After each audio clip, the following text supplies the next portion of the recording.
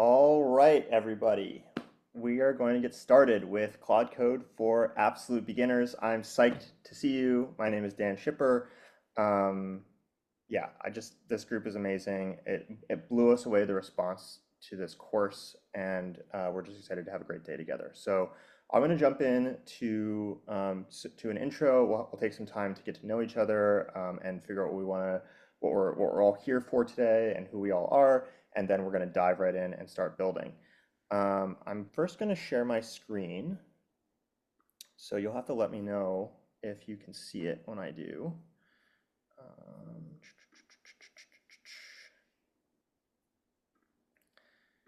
Okay. Can you see my screen? Yeah, we Awesome. can. All right, let's get started.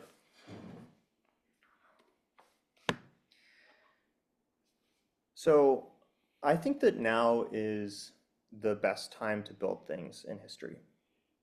And I think that's true because these new AI tools that we have give us these creative superpowers. They give us the power to code, to write, to make movies, to draw images, to do basically anything that you might have wanted to do creatively, um, much faster, with far less like underlying knowledge of how things are working under the hood. Um, yeah, you can basically like build whatever you want with very little money and very little time. And I think that that's really, really amazing. That's one of the things we're going to be talking about today. And because of this, like we're in this new era where you can use AI to build things. I think learning to use agents is the core skill. And an agent is a bit different from something that you might be familiar with, like ChatGPT or just regular Claude. Um, an agent really is, instead of just being a chat where you're going back and forth, an agent really is able to work autonomously for long periods of time, and accomplish work without a ton of oversight. And I think that Claude Code is important for people who have used it, or for people who have heard of it, or just getting started. I think Claude Code is really important because it's the first real AI agent that you can use for day-to-day work.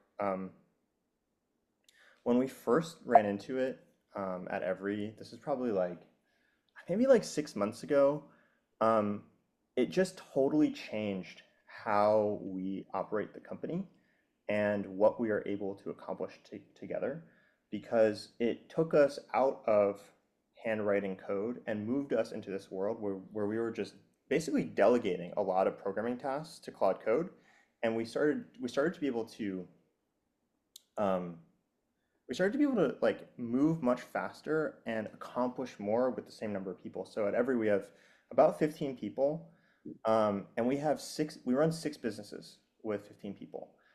4 of them are software products, and each software product more or less has one GM that runs the whole thing from front to back. And that would have been previously impossible um, a few years ago. Maybe even a year ago it would have been impossible, but definitely 3 or 4 years ago it would have been totally impossible.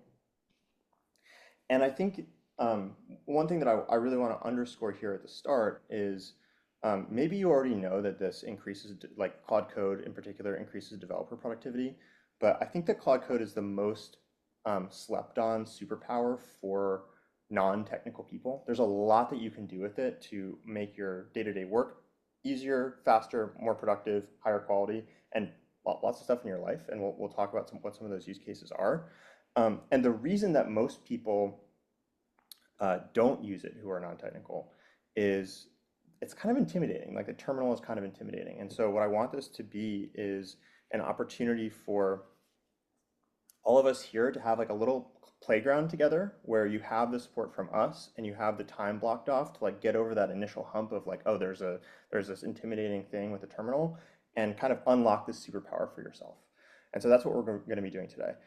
Before we get into that, I do want to know, like, if you're here, I think you've probably like maybe you've tried Claude Code before, maybe you haven't, but you've been thinking about it. If you're here, you probably haven't gone as far as you really want to, and so I'd be curious for anyone to raise their hand and jump in and tell me like what's blocking you. You can either raise your hand and we can chat about it live, or you can just throw it in the chat, whichever one you want.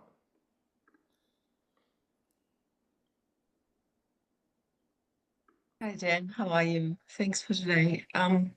Personally for me it was time. I thought this will be a forced, focused session that will force me to do this. So thanks. That makes total sense. Thank you for joining, and thank you for saying that. I do think that that's like the biggest thing that we can give you today is blocking off this time to experiment and to play and to do it in a safe way where we're here in case you need us. And so I hope you're able to do that. John,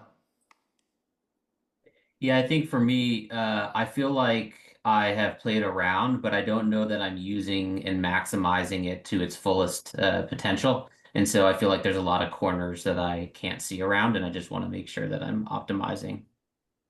that makes total sense. And I'm also seeing a lot of people say, maybe I played around, but it's just overwhelming. I don't know where to start. And I think that's another thing that we'll be able to give you is by the end of today, you're going to have installed it, and you'll have built several things, and you'll have a workflow where you kind of know how to do it. Andrew, last one. Yeah, I think for me, it's like a couple things. I think just broadly with all AI, it's like there's so many cool things going on, but it's you don't know where to start. And so I think Claude Code was like what I wanted to kind of be my weapon of choice. But like even just figuring out like best practices for files and handling them and knowing, kind of how to step through. Um, and then lastly, I think yeah, just figuring out like how to push through the pain of like feeling dumb and not knowing how to do it and like creating the time to do that. That makes total sense. And yeah, I feel that. I resonate with that. Like pushing through the pain of feeling dumb is A, it's just really scary, but B, it's where growth happens. And I think we can, if we're all doing it together, it makes it much easier.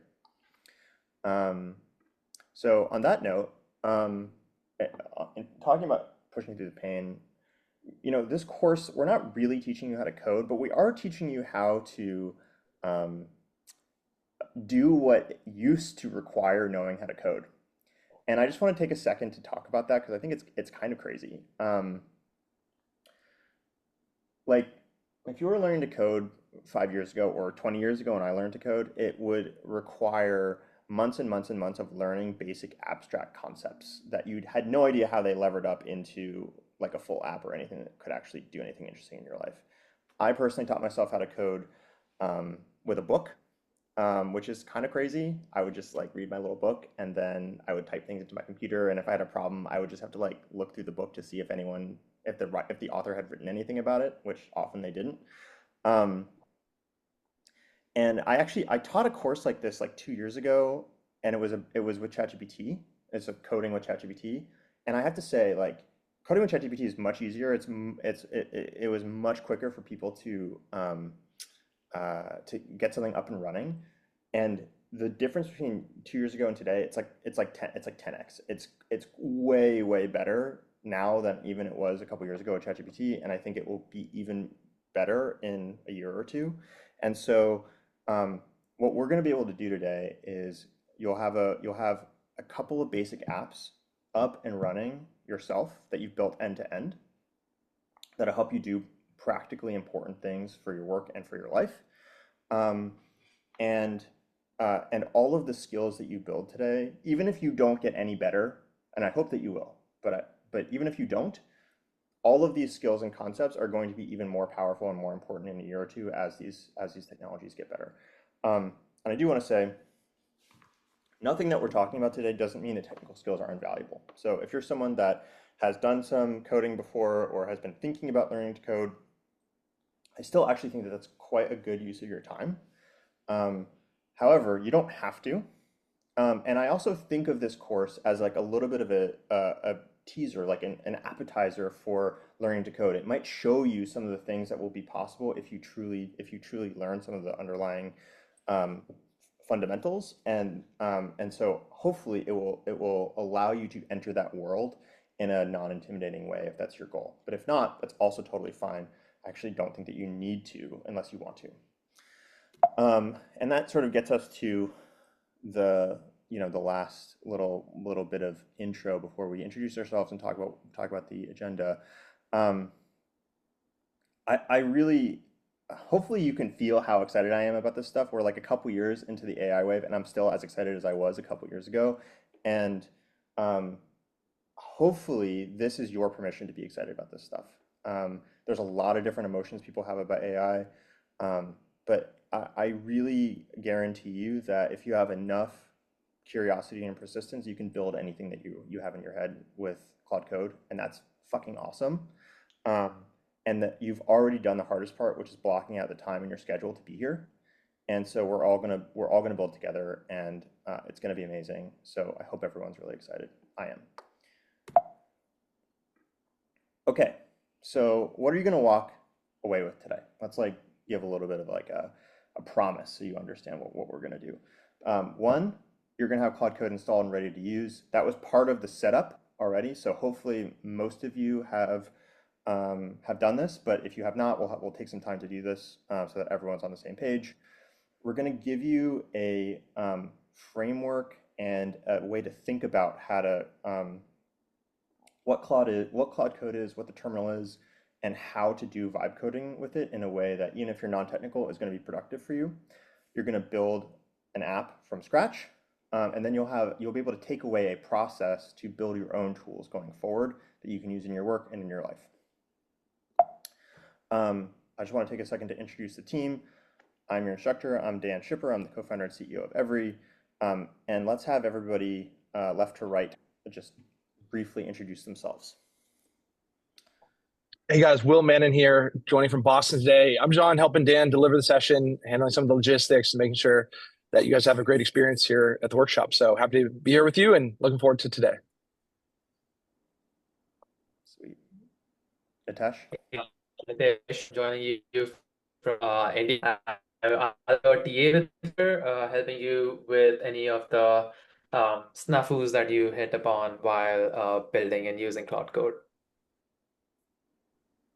Hey everyone, this is Yashar. I run Sparkle. I'm a self-taught dev, so I studied finance and did a marketing job earlier. So I resonate with a lot of people here. And if I can be technical, you can be technical as well. You're in the right place. So let's get started. Sweet. Let's get started. Indeed, I'm going to share my screen again. All right. Will, you want to take it away with the agenda? Yeah, I just want to share a bit of an overview of what we're doing today. So we're doing this welcome piece right now. Going to get into the download and setup. A lot of you guys said that friction of just getting started is one of the challenges. So make sure everyone's squared away with the setup for Claude Code. Dan will share a quick introduction. Then in the first half of the day, we'll do a first build out of an MPS dashboard. It's kind of like a test project just to get you going, building something. Dan will chat a little bit before lunch. So this idea is vibe coding real, just a little more conceptual stuff. Then we'll take a break for lunch. We got the next slide here. And then after lunch, we'll get into it where Dan's going to introduce the vibe coding loop. And then there's these three phases of sort of building, exploring an app in this one shot build, and then building specific pieces and then repeating that. So walk through that with specific instructions how to do that. You'll have a lot of time to build and just really explore. There'll be demos and then sort of a look at what else is possible as we wrap up an eye towards the future, how to use the skills that you're developing today. And one thing I'll mention, there's going to be space where if you're finishing some of the stuff early, there's also suggested project where you can go start building your own stuff in parallel to what is in the agenda. So no fear, if you're done early with things, there's room to explore on your own as well. And just a little bit about the support we have for y'all today. So Dan's going to talk about this a lot, but it's sort of like the teach a man to fish idea. Like Claude and ChatGPT can actually help troubleshoot a lot of things, right? When you're not on this session, those tools would be helpful to troubleshoot things. We're obviously here to support you as well. But as you're doing the setup and the different builds, Nitesh, Yash will be TAs in breakout rooms that you can self-select into. So we'll tell you how to do that. If you're feeling stuck or behind, you can jump in and chat with the TA. Later in the day, I'll be holding it down in a showcase room. If you're done early and want to show up what you've built, you can do that. And there's also the Discord channel running in parallel in addition to the Zoom chat. So different things to support you all. If you feel just totally lost and stuck, just send myself a DM, or Dan Sleeman is helping run the session as well. Just send one of us a DM here in Zoom. We can help you out. So excited to be here. Dan Schipper, I'll kick it back to you and let's get into it. Sweet. Thanks, Will. So Will already mentioned this, but I really want to underscore why you should not ask us for support today. I'm obviously being a little bit facetious. We're here, but we're only going to be here for today. And for the rest of time, it's going to be you and Claude or you and ChatGPT. And so the more that you can build the muscle of, I have a problem, I don't know how to solve it, I'm going to use AI, I'm going to use Claude Code, I'm going to use Claude, I'm going to use ChatGPT. The more you can build that muscle to figure out these problems for yourself, the better off you're going to be. And I think this hopefully is a really great supportive place for you to build that muscle. So basically what I'm going to ask is, if you have a problem, and it's for sure you're going to run into problems today. Running into problems is part of building stuff, and you should not be surprised if you get stuck. But if you do get stuck, or when you do get stuck, I'm going to ask you to spend some time using Claude, using ChatGPT, or using Claude Code to try to solve your own problem. And if you do go into one of the support breakouts, we're going to ask for proof of work. So we're going to ask you, what have you done already? And I'd love to see some of the chats that you've had to try to figure out the problem, because what I really want the technical support to be for is debugging you using AI to solve your problems rather than solving the problem. Because the more we can teach you those skills to use AI to solve your own problems, the better off you're going to be at the end of the course. So hopefully that's clear. I just want to take a second to say, like, beyond, there are a lot of non-technical use cases for non-technical people that we're gonna go through today, that are sort of the base level. But I really think that the sky with this stuff, with Claude Code in particular, is really the limit of what you can build. And if you take Every as an example, so we have 4 apps: Monologue, Sparkle, Cora, Spiral. Your 2 TAs, one is a GM of Sparkle, so he built it front to back. One worked on Cora for a long time and is now doing consulting with us. So they are intimately familiar with how powerful these tools are, and I want to reiterate, it would not be possible for us to have built these tools, which are used by thousands and thousands of people every day, without Claude Code. And so if you had to pick, I think, one skill where it immediately raises the floor of what you're able to do, and then also raises the ceiling, learning Claude Code is that skill. It can take you wherever you want to go. So to reiterate, by 5 p.m., you're going to have built a live and working app, even if you never coded before. And you also learn a process that you can take to your own apps going forward. So you'll be able to do this in an ongoing way. And now I'm going to hand it over to Will again. Yep. So guys, we're gonna do a quick breakout room just to chat with a few other people in the room. Again, pretty fast, but groups of 3. Just a chance to talk about 2 things. One, what do you hope to get out of today's course, right? Like, why are you here? And then once you learn the skill, what do you hope to use Claude Code for in the future? So we'll do 10 minutes, groups of 3. Each person just say a quick hello, where you're joining in from, and just share your thoughts about 3 minutes, and we'll tell you when to switch. We'll have 3 minutes, 3-minute blocks. So once again, breakout room with 2 other folks here on the call today. What do you hope to get out of today's course, and how will you use Claude Code in the future? We'll talk about this, and then we'll get you all set up. So 10-minute breakouts, rooms are open. Okay. Let's get into it. I'm super curious to hear a little bit about who's here and what you talked about. So does anyone want to raise their hand and tell us what you shared and what you heard in your breakout? What do you want to get out of the course today, and how are you hoping to use Claude in the future? All right. What do I see? We got okay. Felix has his hand up. Yeah. Felix, go for it. Yeah, so I put aside what I want, and basically want to get to learn everything you guys are going to teach, because it sounds like you guys have some really cool structure to it, which is very impressive for the large group that's here. So for me, I want to soak all of that and then see what I can do with that on my own afterwards, but just soak as much knowledge. From the breakout sessions, it seems like a lot of people are getting empowered to build custom apps for their own workflows. And it's already starting to make me feel like moving my gauge of, is AI going to automate people's jobs away? I'm starting to move a little bit towards, people are going to really automate portions of their job, and their jobs are going to stay intact because it's just going to be a little easier. So you're not like walking like a donkey, but really it's so customized that you're not really going to get, ChatGPT doing everything that people want to do. So I'm impressed by that. I'm not going to take much more time. There's so much I could say. I'm excited and done. Thanks for doing this. Thank you so much. Thank you for sharing. And I'm just curious, just real quick, tell me like just a little bit about you. What do you do? What's your job? Where are you? So, little crazy guy, he actually emailed you, and then you brought this course up. So I was like, oh, this is perfect. I'm a former founder.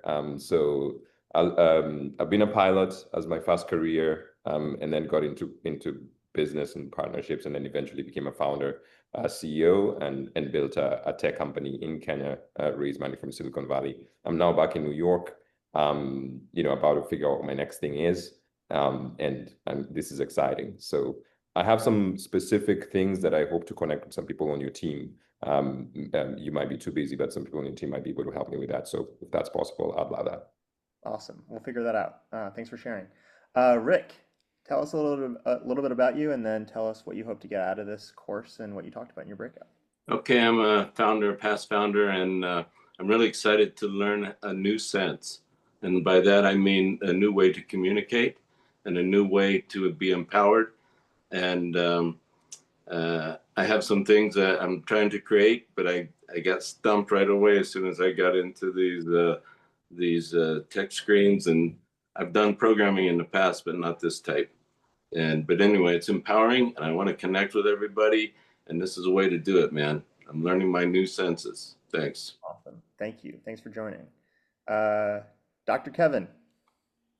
Hello, I serve families with autism primarily to help with sleep issues and also kind of severe challenging behavior. So I have these like 2-hour raw transcripts from our meetings. And I want to do like 4 things that I can't do with Claude Max right now is extract them and have a follow-up like document that sends to the family and myself, update Notion pages and update a master list of learnings that we've had across these meetings as like a master knowledge bank. And I hit the context window all the time through Claude, and I need to go to Claude Code, I think, to get out of that constraint and have this 4-step process. If I could do that, that would save me 3.5 hours a day. That'd be great.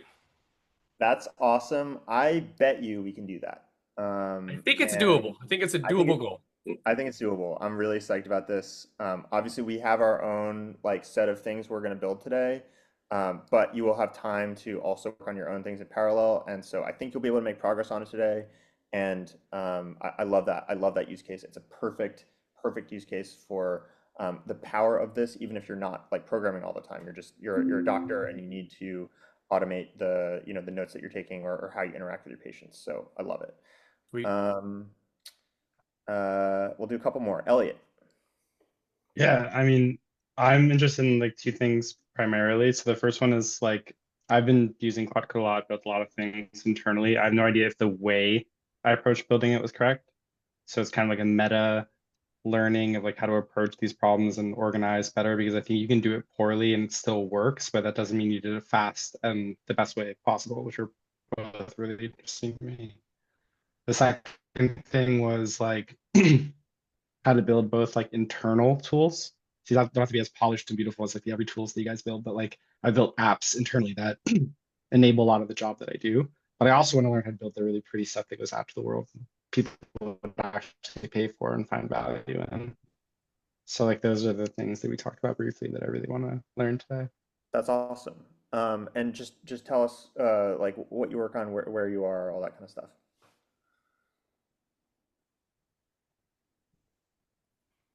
Oh, did you hear me, Elliot?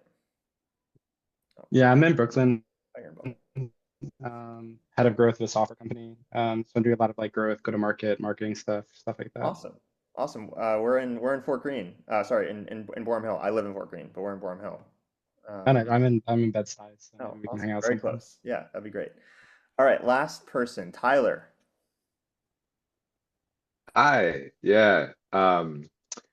So the things that I really wanted to learn here are overall the basic functionality of Claude Code and what it can do, what the different tools are, and the mechanics of how it works, so that I can hopefully apply that to a bunch of different parts of my life.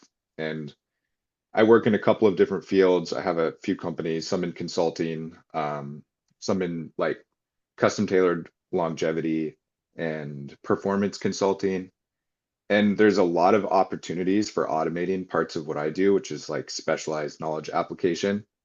And I just really want to understand the full mechanics of Claude Code so I can see what's the best way to apply this to like the problems that I'm working on a daily basis. Great. I love it. That's exactly what we're going to do, and we're going to start now. So I'm going to share my screen again. Thank you all for sharing. Thank you for being here again.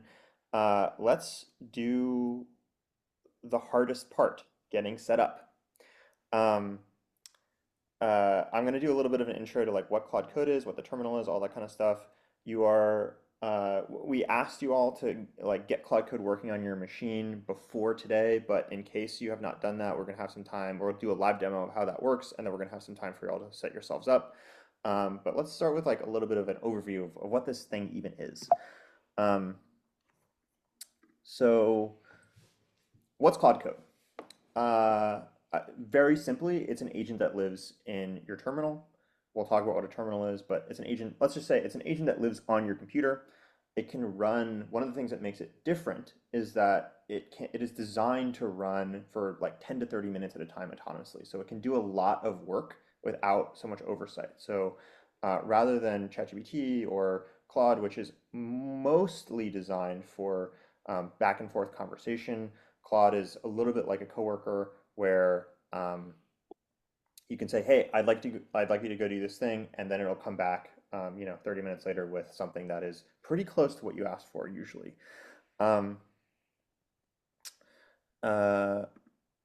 Let's see. Okay, so I want to talk about. My slides are slightly disorganized, but I want to talk about why Claude Code is so different and so powerful. It really created this paradigm shift in the way programming works. And I think the biggest reason, or one of the big reasons, is it took away the need to look at your code. So previous paradigms, previous versions of AI programming was a code editor where you typed your code by hand, and then a little chat on the side that let you interact with the AI. And so that was really designed for a world where you're still looking at the code, you're still writing the code, but the AI is there to help you. It's kind of like with you sometimes, but not really. Claude Code, they just like threw out the text editor. So it's really just an agent that you talk to, and that's how you code. So you don't really look at the code at all. You're not writing code at all.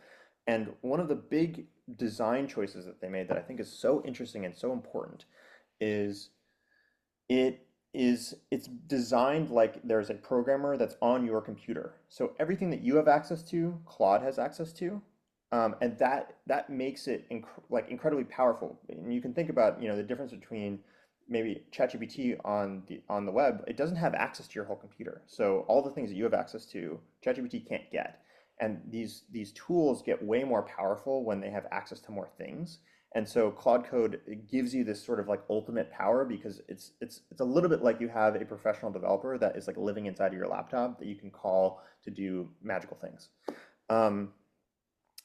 And you may be wondering, okay, why is it in this like super weird matrix style software thing called the terminal that like only programmers use? That's like super intimidating. So I want to talk about like what a terminal is and like why Claude Code's in the terminal to get you a little bit familiar with, so we can demystify it somewhat. Okay, what's a terminal? It's this. It's this little black box on the right. The way that you use computers right now, when you're using your Mac or you're using your PC or maybe you're using Linux, it's graphical. It's a graphical user interface. You have like icons and buttons and windows and all that kind of stuff where you can click and drag and resize things. And it's built to, you can look at it and interact with it in a way that's spatial and just makes sense to like the way that humans like to work. But before graphical user interfaces, and depending on when you started using computers, you may remember this, computers only operated on text. You would type commands to them and then they would respond. Because that is part of the history of computers, is starting with text and then moving into graphical user interfaces. all modern computers have a way to interact with them via text, interact with them via this like more primal way of getting into the computer. And what's really interesting about the terminal is because it is that like that underlying, it's a way to access that underlying architecture. It lets you access a lot of what's deepest about your computer in a way that is more powerful. And so programmers use terminals because it lets you get like this direct, precise, fast control of your machine. Because typing commands is you can do programming with it, so you can interact with your machine in a much more powerful way than just like clicking and dragging. And that's why Claude Code runs in the terminal, because the terminal allows it to interact with your computer like a programmer would, and so it increases its power. And I think what's important is you're not really spending that much time in the terminal. All you have to do with the terminal is start Claude Code, and once you start it, Claude is doing the interacting with the terminal. So there shouldn't be actually too much work to do that is specific to the terminal and all the commands. So it should not be that intimidating once we get you set up. But what we're going to do now is we're going to download and install Claude Code. There are instructions in the Notion doc that we're going to share in the chat, and we'll also share in the Discord. Nitesh is actually going to do a live demo, and then you're going to have some time to do it yourself if you have not done that yet. So Nitesh, would you like to just reintroduce yourself and do a little bit of a demo of installing Claude Code? Of course. Hey everyone, Nitesh here. So I actually fun backstory like that. I taught myself how to code using ChatGPT when it came out back in 2023, and now using Claude Code, it's just become so much easier to build stuff, and that's what we'll be doing here today. So let me just share my screen and show you all how you can install the Claude Code application on your terminal.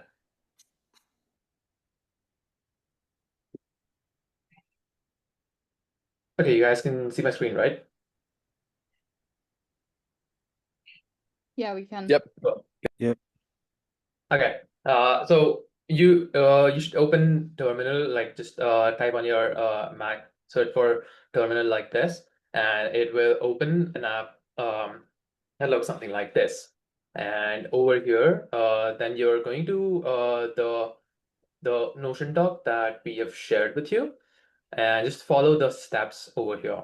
So the first step is to copy this command and paste it in just using Command V like regular, and press enter. So this should have Claude like it should start the installation process, and Claude will be installed in just a minute.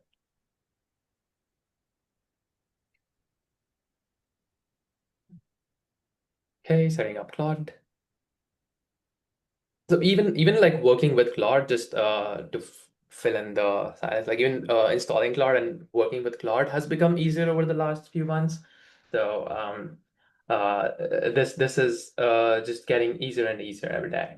So okay, here Claude has been successfully installed on my machine, and now if you're installing Claude for the first time, you may see an additional instruction over here asking you to run a command like this, which will allow your machine. This is something that you'll need to do if you install Claude on your machine for the first time. You can just copy and paste this command, and that's an additional step that you may have to do. But for me, my installation is completed right now, and the way to test it is by running, just run Claude like this. Just type Claude, press enter, and it will start Claude, and you'll be able to see something like this. Okay. Now, but before you do that, we'll install just one more thing, which will give Claude an extra superpower, which is an MCP server called Playwright. So we'll be able to copy this command again, and then paste that into your terminal, press enter. Be sure that you've exited Hey Claude. Nitesh, I want to just stop you because people are saying that they're lost. Okay. So I want to make sure that um, we're slowing down a little bit just to make sure people have the what they need. So I think the first question, which is super important, is how do we find the terminal? Right. So in order to find the terminal, terminal is just like a regular app. So the way you will find Zoom or anything, you just go to your go to the Mac. I'm not sure if you can still see my screen, but Yep. you can, yeah, you can search for a terminal like this.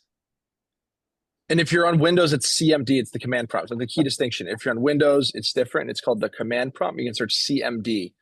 And for Mac, it's terminal. Yep, and the instructions should be mostly the same. So you can so Nitesh, what is the key that you press to show all those icons? Because I think that's a little bit confusing. Oh, that was just a 3-finger swipe, like the 4-finger swipe on my. Okay, but let's just do it in a way that people can see. So maybe in Finder. Okay. So go to Finder. Inside applications, you will be able to find. Nitesh, I think the simplest way, if you close it, if you go to this magnifying glass in the upper right corner of your screen and click that and search for terminal, I think that's going to be the simplest way. The best. Oh, okay. Yeah, for sure. So here, yeah, you just use Spotlight Search and open terminal. Great. So once you have it open, and if you could just exit Claude Code for a second. Yeah, it's exited. Okay, cool. Then we have a Notion page where all you have to do, if Nitesh, you can go to the Notion page, just go to that first command right there, copy it,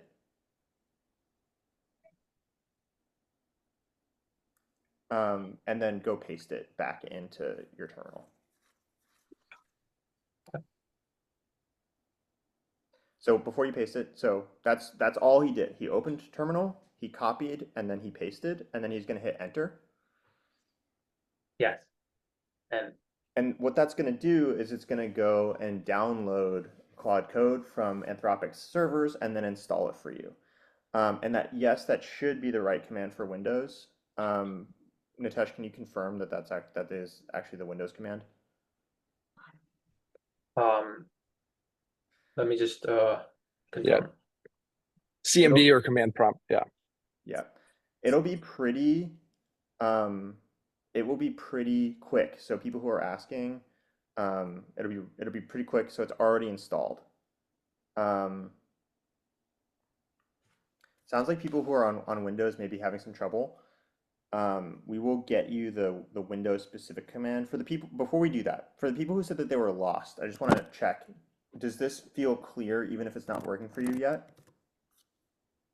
Yes, it's helping. Thank you. I am getting I just realized I'm not on camera. I am getting a git command requires command line developer tools. Would you like to install the tools now? I don't know if that's part of it or I can take it to the chat, but don't know if anyone else is getting that. I did get the installation complete, so. Great. I would install developer tools, yes. Okay, yes. Thank you. So actually, the Windows command is slightly different, and I'm going to just give you the Windows command, and we'll put it in the here's the Claude Code setup docs. So if you're on Windows, go to the Claude Code setup docs. We'll also update our Notion with that, and if you need help, we will help you with it. Okay, there are people with an error. The default interactive shell to update your account, blah, blah, blah. Can one of you, either Nitesh or Yash, can you look at the error that Ray is having and see if you can help him with it? I'm on it, yeah. Okay, cool. Thank you. All right. So so all we're going to do now is this set of setup instructions. So you're going to install Claude Code. You're going to install one MCP, which is called Playwright. And then let me see if there's any other steps that we need you to do before we're done. Then we're going to run Claude. Once you are running Claude, we are going to do a sorry, Playwright MCP. How do you do that part? We just write Claude MCP. Where do we have to? So just copy paste that command into the terminal. So from where? good question. So Nitesh, can you open up your terminal? Yeah. But if you, so was that the Notion page? Like, how do I get to that Yeah. page where you could copy from? Where is that? Yeah. So there's a Notion page. Yep. we just put the Notion page again in the chat, just really high level. There's instructions in a Notion page, and then you have your terminal on your machine, and there's 5 steps in the Notion page. So you're going to be one by one grabbing the links from the Notion page, putting those in your terminal, and hitting enter. And those 5 steps is what's going to help everybody set up Claude Code. So Notion page, copy those different commands, put them in the terminal. And what I want you to also note is we are here to answer your questions. Some of these questions are things that Claude or ChatGPT can answer for you, and this is a good opportunity for you to start to exercise that muscle. And so, for example, Kristen, I know it's saying command not found. That's something that we've talked about, and there are instructions in the Notion for. But if you are running into that, what I'd love for you to do is put that into Claude Code, or put that in ChatGPT, or put that into Claude, and ask it what might be going on, and see if you can solve your issue yourself. And if you can't, then come back to us. I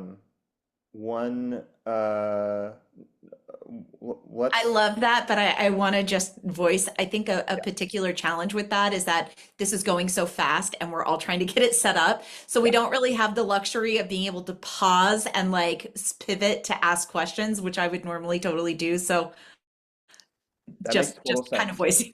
I don't want to go too fast. So we're going to give everybody a lot of time to go through this document and get themselves set up. Let me think about how we're going to structure this. So, Will, we have some time set up for this, right? Yeah, this is the block one right now. If you go to the deck then there's some breakout support rooms. So like Yash will be in a support room.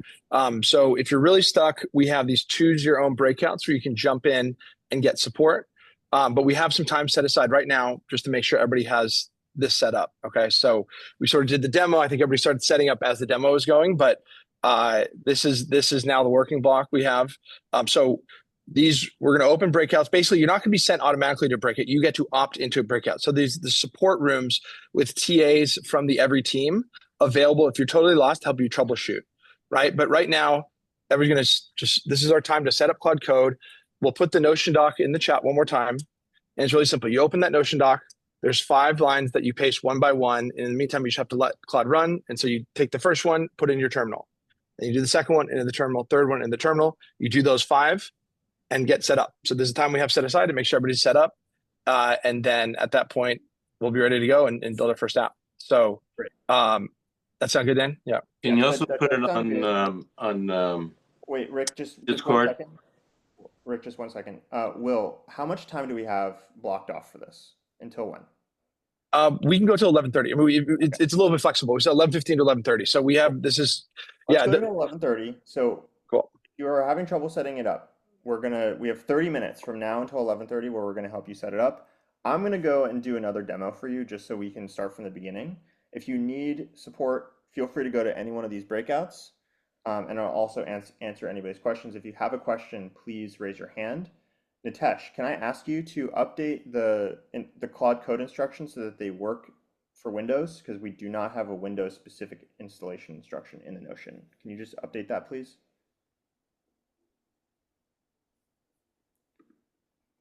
Nitesh.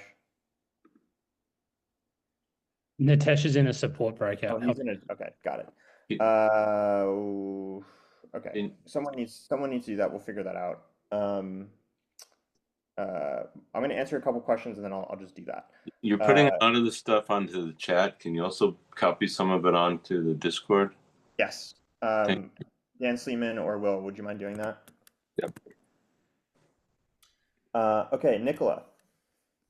Hi, I'm sorry, I'm actually struggling to understand how I can join one of the breakout rooms, but my main question was I already had installed Claude Code based on the email that you guys sent out, but there was only one command there.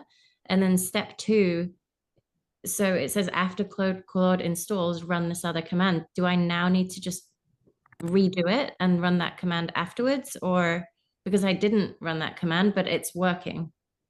You don't need to redo it. You can just start at step 2.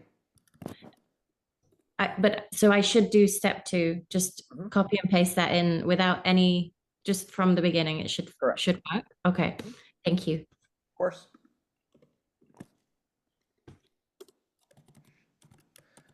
Let me just figure this out. Give me 2 seconds, guys. I'm just trying to figure out how to do the Windows install instructions.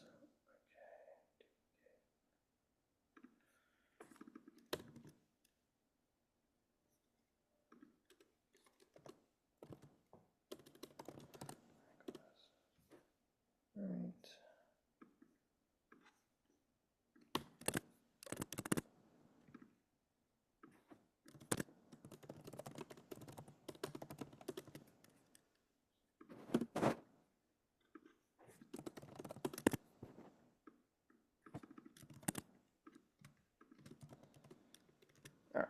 We are up to date on all the Windows specific commands. They're all in the Notion. So if you just refresh your Notion page, they should show up. And I'm going to go through another demo. So if you're confused, you'll be able to watch me and you'll be able to ask questions. Before I get started, anybody have questions that you want me to go through? Hi, Dan. Quick question. Do we absolutely need premium seats to be able to proceed? That's what I'm getting in the terminal. Premium seats. Tell me more. Yeah. So I've completed the install, and the next step says that if the browser didn't open, use this URL. I open it, and there it says premium seat required. Yes, I assume that's saying you need to pay for Claude in order to use Claude Code. So yes, you're going to need to do that. Okay, thank you. Okay, let's get started. I'm going to start again. So I think you can see my screen. So what I'm going to do to get started is I'm just going to open the magnifying glass right here. You can see that. I'm going to type terminal, and that's going to search for the terminal. This is sort of like the magic box that helps me get into my machine. It should look like this when you open this on a Mac. It should look pretty similar on Windows. All I'm going to do, depending on my machine, I'm going to do this command because I'm on Mac OS. I'm going to copy it. If you're on Windows PowerShell, use this. If you're on Windows CMD, which is the default on Windows, please use this. I'll paste it.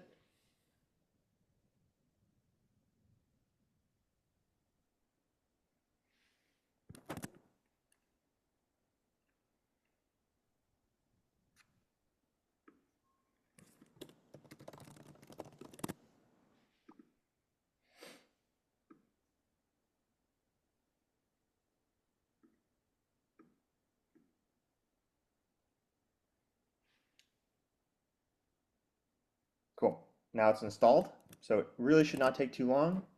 What I'm going to do next is step number 2, which basically what this does, just in case you're wondering, and you actually don't really need to know that much, but I'm going to paste it into my terminal. So again, it's just like this. I'm just going to paste it. I could even do it in a new terminal window, for example. It doesn't have to be right after your Claude command. We're just going to paste it. And what this is telling us is now I can use the Claude command, so I can just type Claude in my terminal, and that will start Claude Code. So now if I type Claude, it did not work.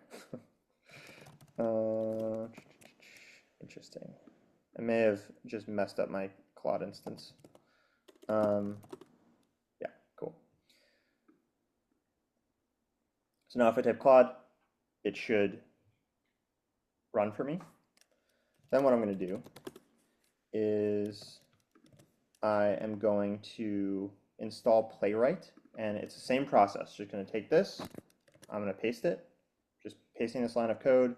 And what this is doing is it's installing a tool for Claude that allows it to, it's called Playwright, that allows it to view the stuff it's making. So it like sort of closes the loop where Claude, if it makes something for you, it can actually go view the website it made, and that helps it debug issues.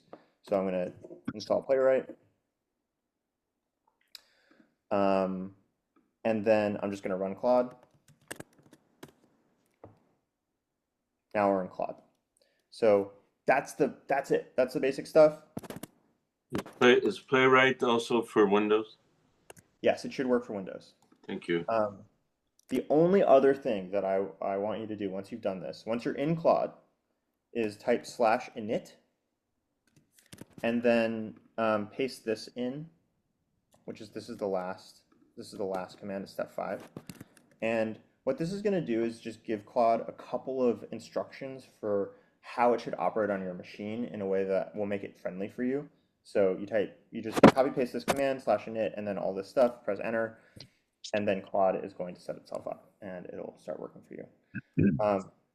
Does this feel... Dan, yes. just a quick question on that. I think others have the same question. Do we definitely want to bypass permissions? Because it's asking us to accept some responsibilities. Yes. They make it seem really scary, and there are things that you should know. So it does create some security issues. For the stuff that we're doing today, it's fine to bypass permissions. It won't do anything bad. But you should know that having an AI on your computer that can modify it, if you get hacked or something like that, can cause the AI to go do stuff on your computer that you might not like. So I think that they go like way overboard with like making it seem scary. The alternative, which you can do if you want. So if you don't want to dangerously skip permission, you can just type Claude, and what that will do is it will confirm with you before it does anything. For every single command it runs, it will confirm it with you. So if you prefer to do it that way, that's totally fine. And I recommend it if that's what you want.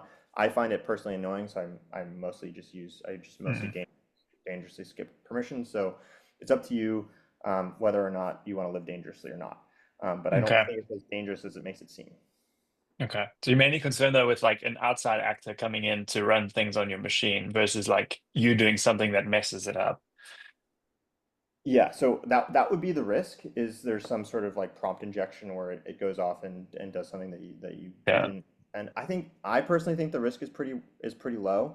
I don't think that that's like an attack vector that people are using right now. If you feel uncomfortable, you can totally use it with permissions on and approve until you feel more comfortable. So feel free to start that way. Personally, I just dangerously skip permissions, but it's up to you. Great. Thanks, man. Dan, when we're reopening Claude in every instance, should we always be running the Claude dangerously skip permissions in order to initiate the session, or is once you've done it, it's good to go? Basically, every time you open Claude, you decide whether or not you want to dangerously skip permissions, and that'll change the permission mode. So if you wanted to skip permissions, you have to say that every time.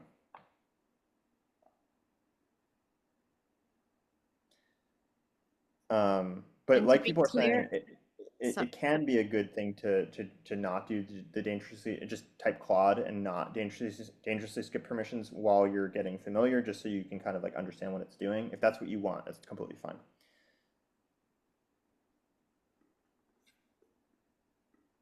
I think I heard someone else asking a question. If you have questions, feel free to raise your hand. Yeah, hey Dan. Yeah. For the init command, where it's specifying the Claude projects directory, I assume that's where you store all your Claude projects. Yeah. So we should just modify this to be the full path to wherever we actually want all of that stuff to run. Yeah. Yes. If you're already set up with some other setup, then it's totally fine to modify it to be whatever your Claude project's path is. Sure. This is just helping people who are one example. Yeah. Yeah. Exactly. Got it. Then just flagging some questions in the chat. Raj was asking, he unable to copy and paste commands on Claude and Terminal. I don't know if you've ever seen that before. Do you have to close it, restart it? I don't know if you've seen that. You can. So Mark asked if it's okay to run NVS code. You can. Why can't I copy and paste the commands on Claude Terminal? I'm not sure. Raj, would you mind just I would say either join a breakout. I would say join a breakout if you're having trouble. Cool. Amy. Hey, yeah. Well, one thing you go for it, Dan. Yeah. Yeah. What the terminal screen should look like if everything is working is so if it's working, you'll see this like Claude alien, and that means Claude is running. So that's the thing where you get to be like, oh my God, I'm ready. Sorry, what were you saying, Will? Yeah, just for any folks here, we like to say this is sometimes like if you're ever surfing, you have to get out past the break. Like these waves are breaking, you have to paddle out past that. It can be the hardest part. And once you're out there, you sit on your board, start catching waves. So this is just this first setup. It can be a little tricky, but that's why we're here, get you through this. And I think a lot of people do have it set up, troubleshoot these questions, and we'll get going here soon. So Yes, you can do this. And we are here to help. If you're having authentication issues, maybe if you could raise your hand and we can talk about it more, I'm happy to talk you through it. Hey, Dan. Quick question. So after you run the init command in Claude, and let's say I just choose to initiate a new project. It says that since it's a brand new project with no existing code, I can't create the claude.md file. Should we just ignore that for now since we're not actually working on anything yet? Yeah, I think that should be, I don't think that should be a problem. Okay. Natalia. Hi, Dan. Yeah, I'm having authentication issues. So I'm trying to log in with both API key and Claude Code key, but it's just saying authentication failed. And when I ask Claude how to do it, he just keeps telling me to copy paste or type it myself. So that's also failing. Thank you. I think this is probably one of those things that you should join the breakout. Join a breakout for, because they can do some more hands-on work with you. Okay. And if you don't get it resolved, let me know. Keith. Sorry, managing a couple of things here. Okay, so I'm running this inside of VS Code. And my question to you basically is, now that I'm in there using this terminal instance, I should just be using this as if this was my native terminal instance directly on my computer. Is that right? Correct. Okay. Just making sure I'm up to speed. Yeah. Thank you. Tiana's ready to start surfing. I love to see it. Get ready to start paddling. So yeah, good to see. I'm going to do a little poll and just see how, like, where we are in terms of people who are set up versus not. So how many people are set up? React with the alien if you're set up, and if you're not, please react with a question mark. Looks like we've got a lot of aliens. This is very promising. I love it. This is so funny.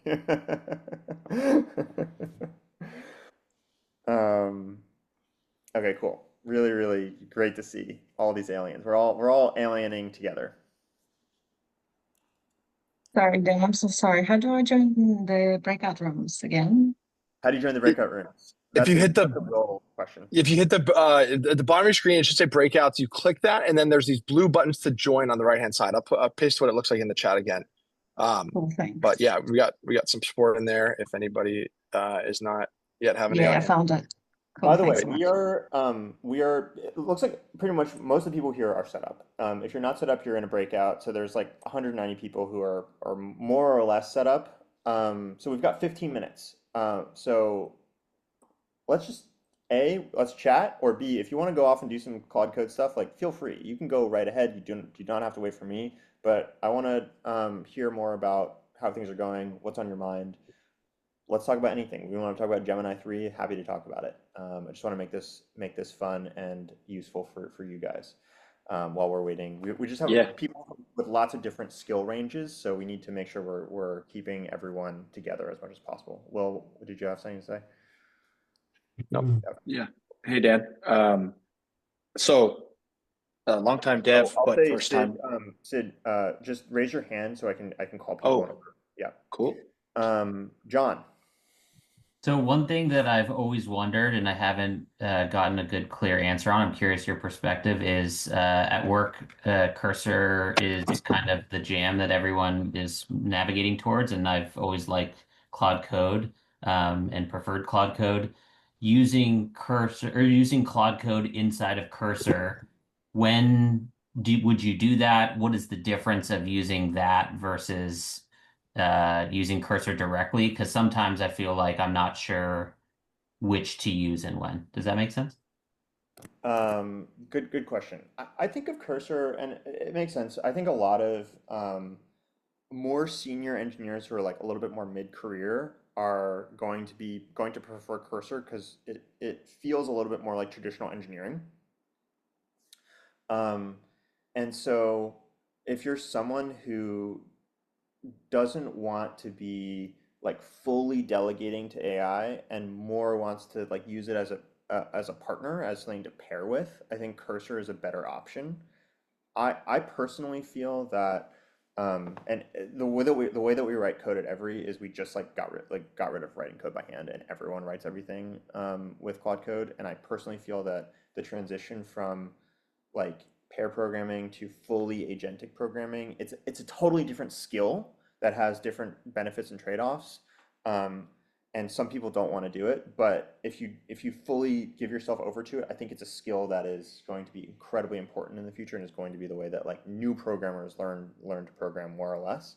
So I think there's nothing wrong with it. It's just a little bit more like halfway between the old world and the new world versus just like being fully in the new world of that. And do you recommend that if you're doing that, that you use Claude Code within Cursor so it understands the context of the code base? Or do you think that, do you know what I mean? Like it's kind of always feels meta because you're using it within terminal inside of Cursor. And so I just didn't know if you suggest like dividing it out or not when you're dealing with like large code bases.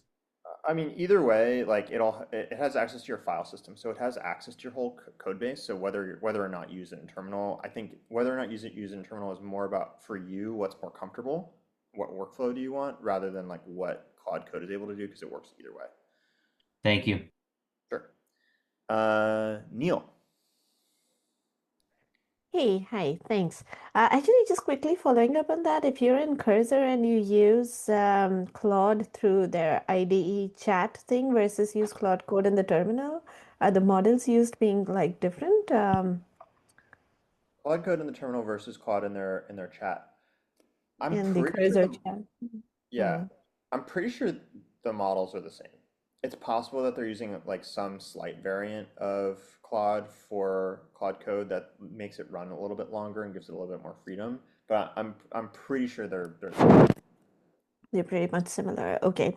Okay, so I just had like a couple of quick questions. So one was I was excited to see that you're building out a personal finance app because it's something that was on my to-do list as well. Except that I plan to build out mine within Notion because that's where all my stuff is. So I was just wondering if I could install the Notion MCP as well. And do you think it's doable to adapt whatever you have in mind? For me to like try and do it, but using Notion as the backend for my databases. Do you think that You would be can try it. workable?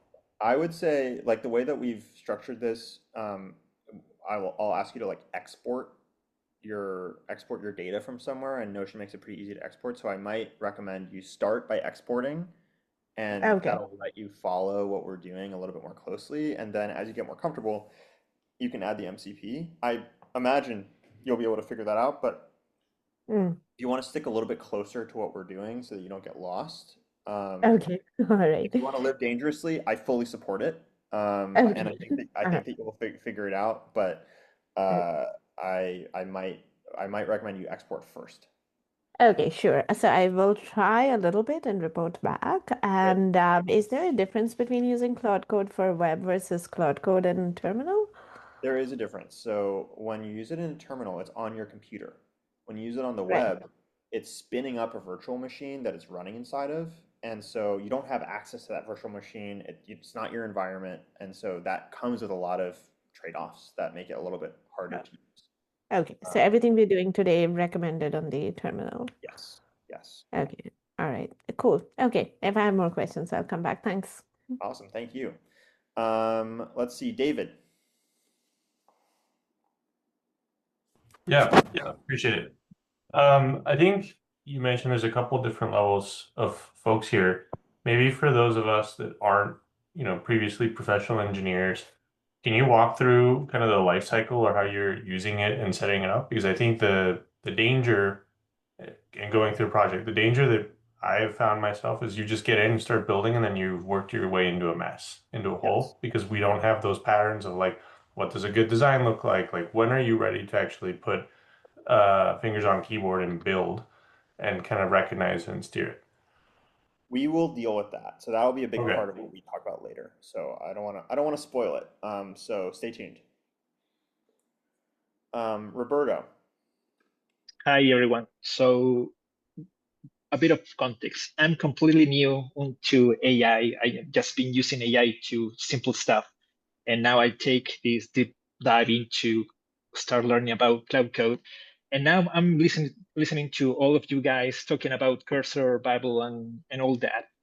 And the thing that happens to me is how you deal with the anxiety that you feel always behind on this crazy AI era. My context, I come from a family business here in Chile. My father has been in 40 years in the same industry. I've been 10 years in the industry.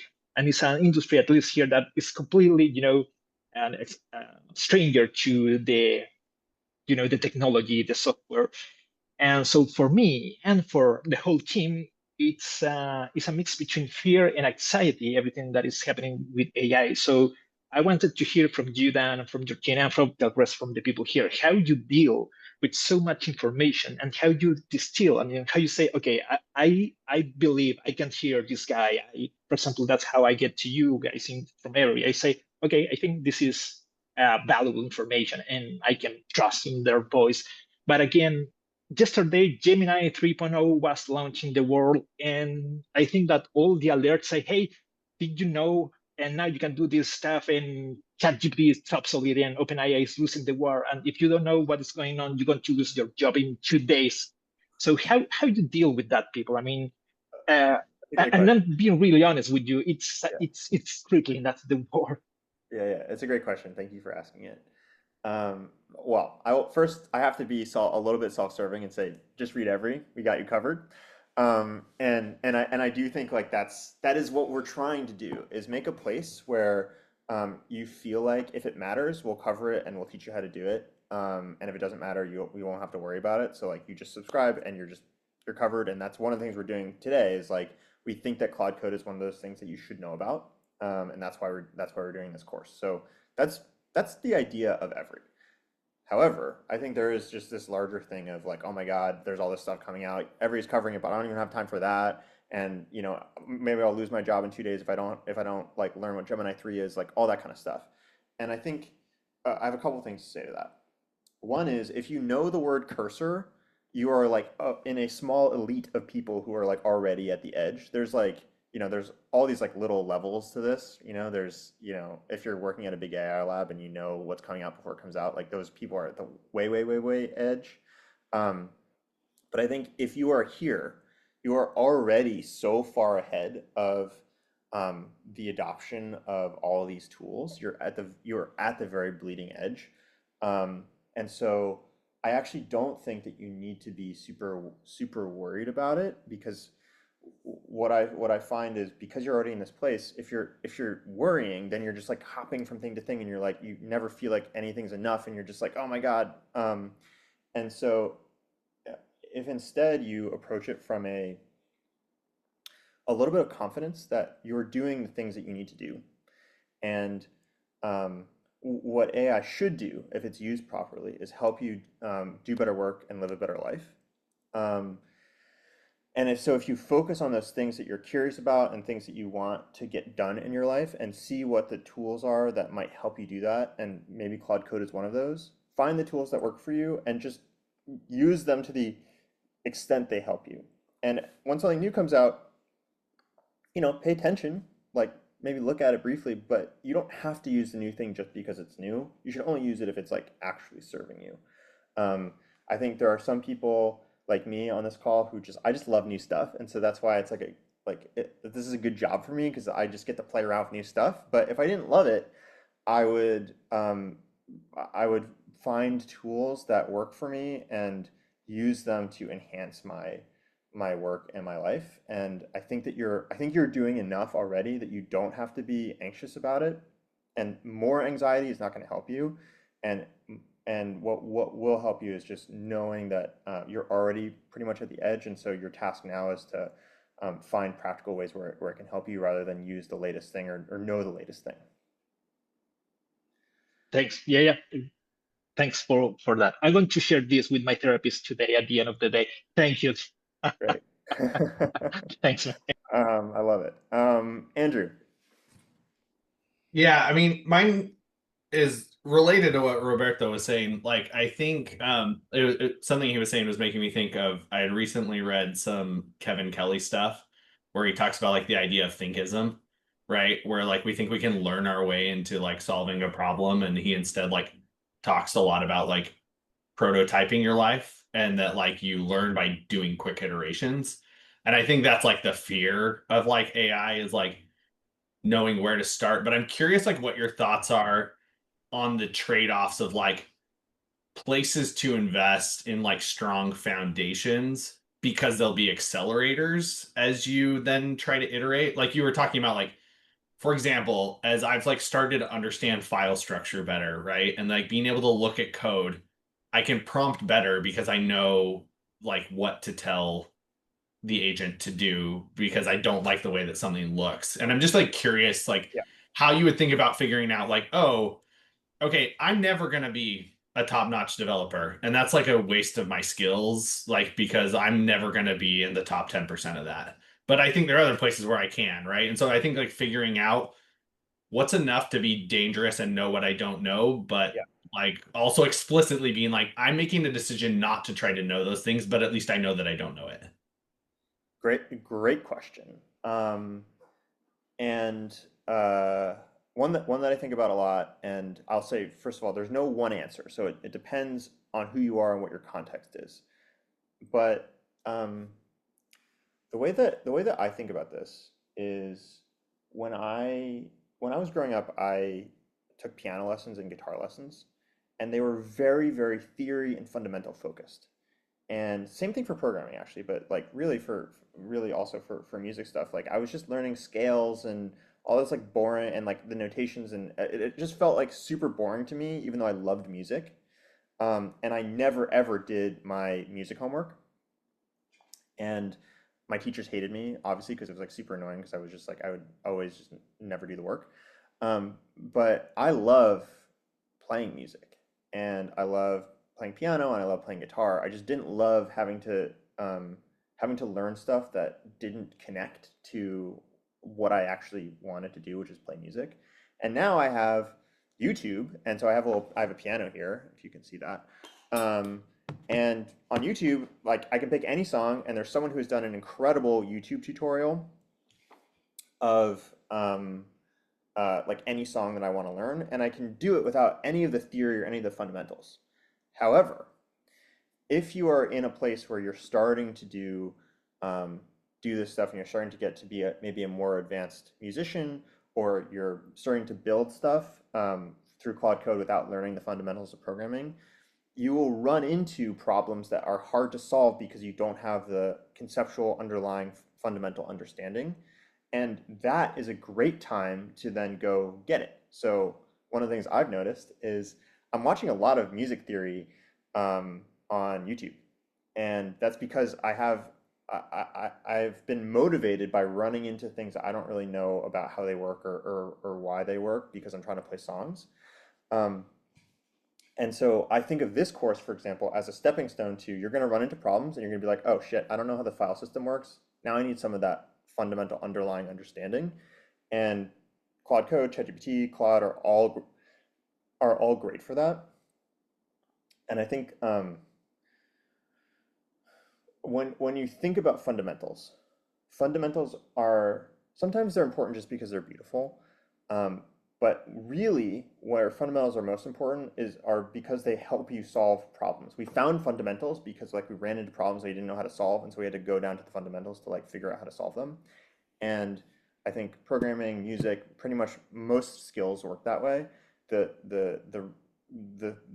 really cool thing about AI is it flipped from you have to learn the fundamentals and then you can do cool stuff to you can do cool stuff, and then when you run into problems, you will like learn the fundamentals in order to solve those problems. So I would just pay attention to like, where am I getting stuck, and then learn the fundamentals to help you get unstuck. Does that make sense?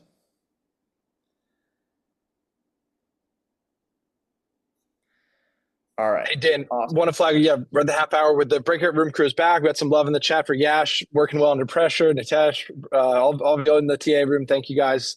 And yeah, Dan, I think we're ready to go, Dan. Let's do the first app. All right, let's get started. Thank you all for being here. Thank you all for getting to this point. If you've seen The Alien, you're a hero. A lot of us have seen The Alien. Thank you, Nitesh and Yash, for all of your work. Let's go get started. Before we actually get into the build, I just want to talk about a couple things that we talked about a bit. If you're in the breakouts, we talked about it a bit just as a group, but I just want to talk about why Claude Code. We talked a little bit about this transition from code editors to terminal apps like Claude Code. And what you may or may not know is that there are many different now terminal agents. So you don't just have to use Claude Code. There's also one called Codex, which is from OpenAI. There's also one called Droid, which is from Factory, and they all have different trade-offs, and I actually use all three of them. And the reason that we picked Claude Code is it was just the first one. It sort of started this whole movement, and so I think it's the most friendly. I think it's the most advanced in terms of like its affordances in the UI and all that kind of stuff. But you can and should totally check out the other ones, and there's no, they all have their benefits and drawbacks, and we can talk about them. One of the cool things about Droid, for example, is you can use models from multiple different providers, which is pretty cool. But don't feel like you have to use Claude Code if after this session, if you don't want to, you can totally go explore. But I do think it is super powerful, and it's the one that started this whole movement. So I think it's important to understand. Okay, let's actually make something. Let's get to the fun part. So we're going to build a couple different projects, but the first one we're going to build is something that I think should be transferable to you in your work and in your life, no matter who you are, which is using Claude Code to analyze data and analyze a mix of qualitative and quantitative data, so numbers and text, and then to put it into a little web page that you can then share. And I think this is something that everyone needs to do. We had a doctor I cannot remember your name, but the doctor that chatted earlier, like this is something that you may need to do for your patients. If you're in marketing, if you're doing growth, like collecting customer feedback and then analyzing it. If you're doing business strategy, if you're basically, no matter who you are, there are times where you need to gather lots of data and then analyze it, and Claude Code is really good for that, especially for like really large data sets where it might be over the context window limit of like a ChatGPT or a regular Claude. And so we're going to do this together. It's going to be the first thing we build, and we're going to do it in less than 10 minutes. The setup for this is we're actually going to use, you can actually use whatever data set you want, but I recommend just using the one that we're giving you, which is NPS data from Every. So we actually just ran an NPS survey. We asked people, how likely are you to recommend us to a friend from 0 to 10? And then we also asked them to describe what Every is in a sentence, because it's always like an interesting one. Do you know what we are, and like what are we to you? And so we took that data, anonymized it, so it's sort of scrubbed of identifying information, but it's real data. And what we're going to do is you'll be able to download that data and then build a little website that breaks it down for us.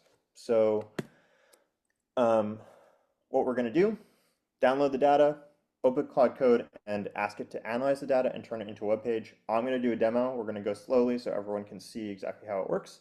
And then you're going to have the opportunity to do it yourself and see if you can find new things in the data or new ways to present it that are interesting. And to be clear, you can use your own data if you want. So if you have a data set you want to use, great. But we're going to do it with this, and you can find the data to download in the Notion. But I'll ask you, before you start doing this yourself, watch me do it so that we can kind of get on the same page, and then we'll move into doing it ourselves. And you'll have plenty of time to do it. So don't worry if it feels like pressure. We're going to help you do it. So let me just stop my share here and get myself set up. So give me 2 seconds.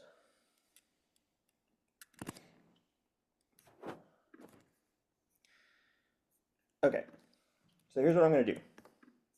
We're in this part of the Notion, part 1. I'm going to download this. And now it's downloaded in my downloads folder. Oops. Sorry. And you can see it, you'll be able to see it here. So all I've done so far is downloaded this file from Notion. That's the first step. Super easy. Then what I'm going to do is I'm going to go open up my terminal, and if it's already open, that's fine. I'm going to open up my terminal. It'll look like this. I'm going to type Claude. I'm going to live dangerously and do dangerously skip permissions. You do not have to do this. This is going to start Claude, and I'm going to know that Claude is started because I see this little alien. And then what I'm going to do is I'm going to go back to the Notion, and you'll see this command. And this is just natural language, right? I'm just saying, I just did an NPS survey of the every audience, find the CSV results in my downloads folder. So there's a CSV of the stuff we downloaded from here is in my downloads folder. Go find it, copy it into the project folder, then calculate our NPS and put it into a beautiful web page with some benchmarks and open it in my browser. If there's other stuff you want it to do, you can ask. It's just very, very simply ask for what you want, it'll give it to you. So I'm going to do that.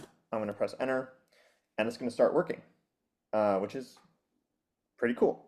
So it's thinking at some point it will probably come up with a to-do list. It'll have a little to-do list of the things it's going to do, and then it'll end up opening your browser. So we're going to do this a little bit like a cooking show. I did this earlier, so we're taking it out of the oven from earlier, so you don't have to wait. What it looks like is like this. So this is after, it'll probably run for 10, 15 minutes or so. It makes a little web page. It has our NPS score. It tells us our promoters, our passes, our detractors. It gives us a little graph, and then it compares it to benchmarks and gives us some insights. And this is just a web page now that I can go share with colleagues that I can make more detailed and more interesting, which I don't know. I think this is really, really cool and very, very helpful. Specifically for me, like I literally use this to understand all of our NPS stuff. And especially when you're dealing with big data sets, it's much better to do it with Claude Code, because you don't run out of context window limits. You can iterate on it and add more stuff, more analysis over time. It's all on your computer. It's really cool. So this is it. This is the first exercise. We're going to do this in a particular way. Let me just share my screen again. May I ask a quick question? Yes.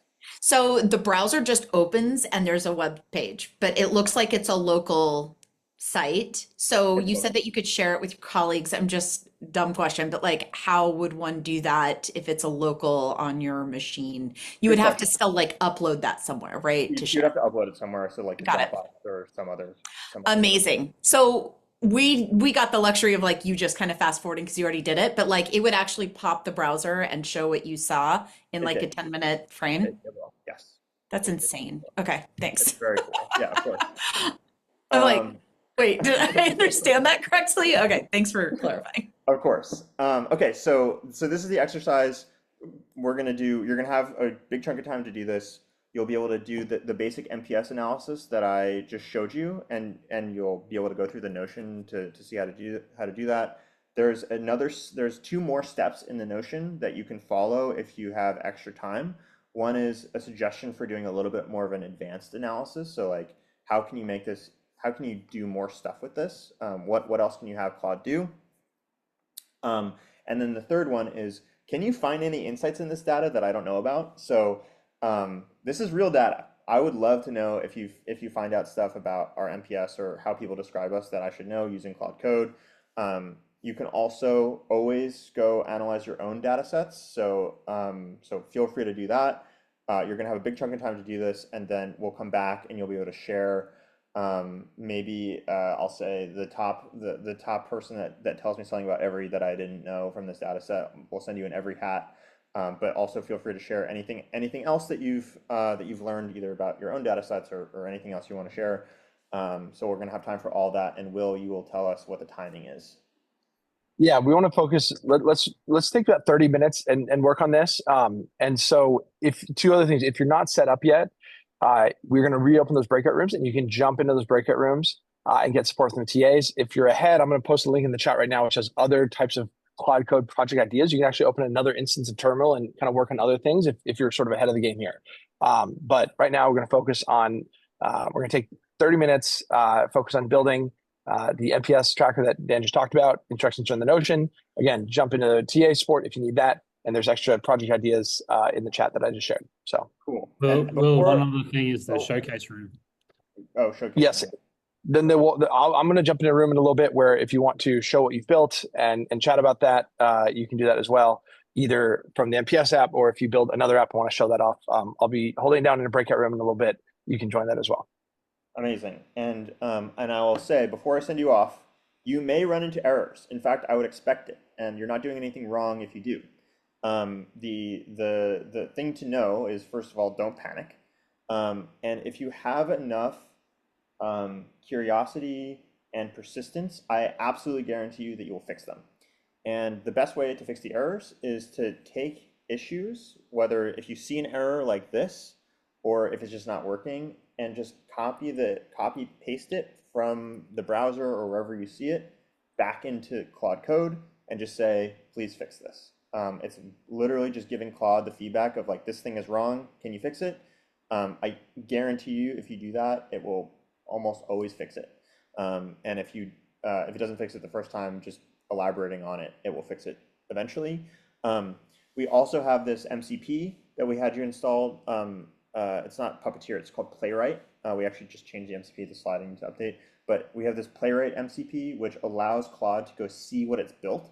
So another thing you can do is say, please use Playwright to reproduce the error and keep going until you fix it. And it will just open up the error in your browser and try to fix it. So these are all things that you can do. These are this should be in the Notion too, so you should be able to see this as a tip in the Notion. And if you have issues, we're here to help. Obviously, always ask Claude or ChatGPT first before you ask us. And we will be back. I don't think we're back at 12:30. We're back at. Let's do 15, Dan. I think having you chat with the group for 15 minutes would be really good. I think from now till 15 would work great. Okay, so we're going to be back at 12:15. So go forth, enjoy.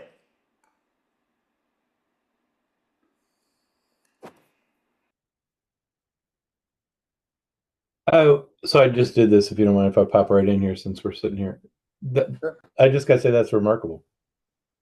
Like, that is like wizardly magic stuff. I mean, like, so it did create the little graphic, it created the website just like your thing, and I kept watching it go through the scrolling thinking it was doing something wrong, and it absolutely did it right. I love to hear that. Remarkable is the exact right word for this. Yeah. All right, now I have to come up with something to dig deeper into your data. Sweet. Also, one habit, I try to move the CSV by manually to the to the folder, and then I figure out no, it can do it for me. So that's one of the reasons why having it on your computer is so powerful, because it can do anything that you can do. Steve.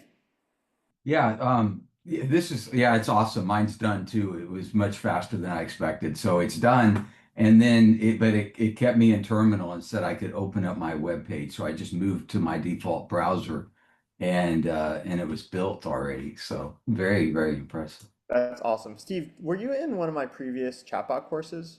Dan, you know what? I've taken 2 of your previous classes. The beginning one on Python, and then where interestingly we started using Replit.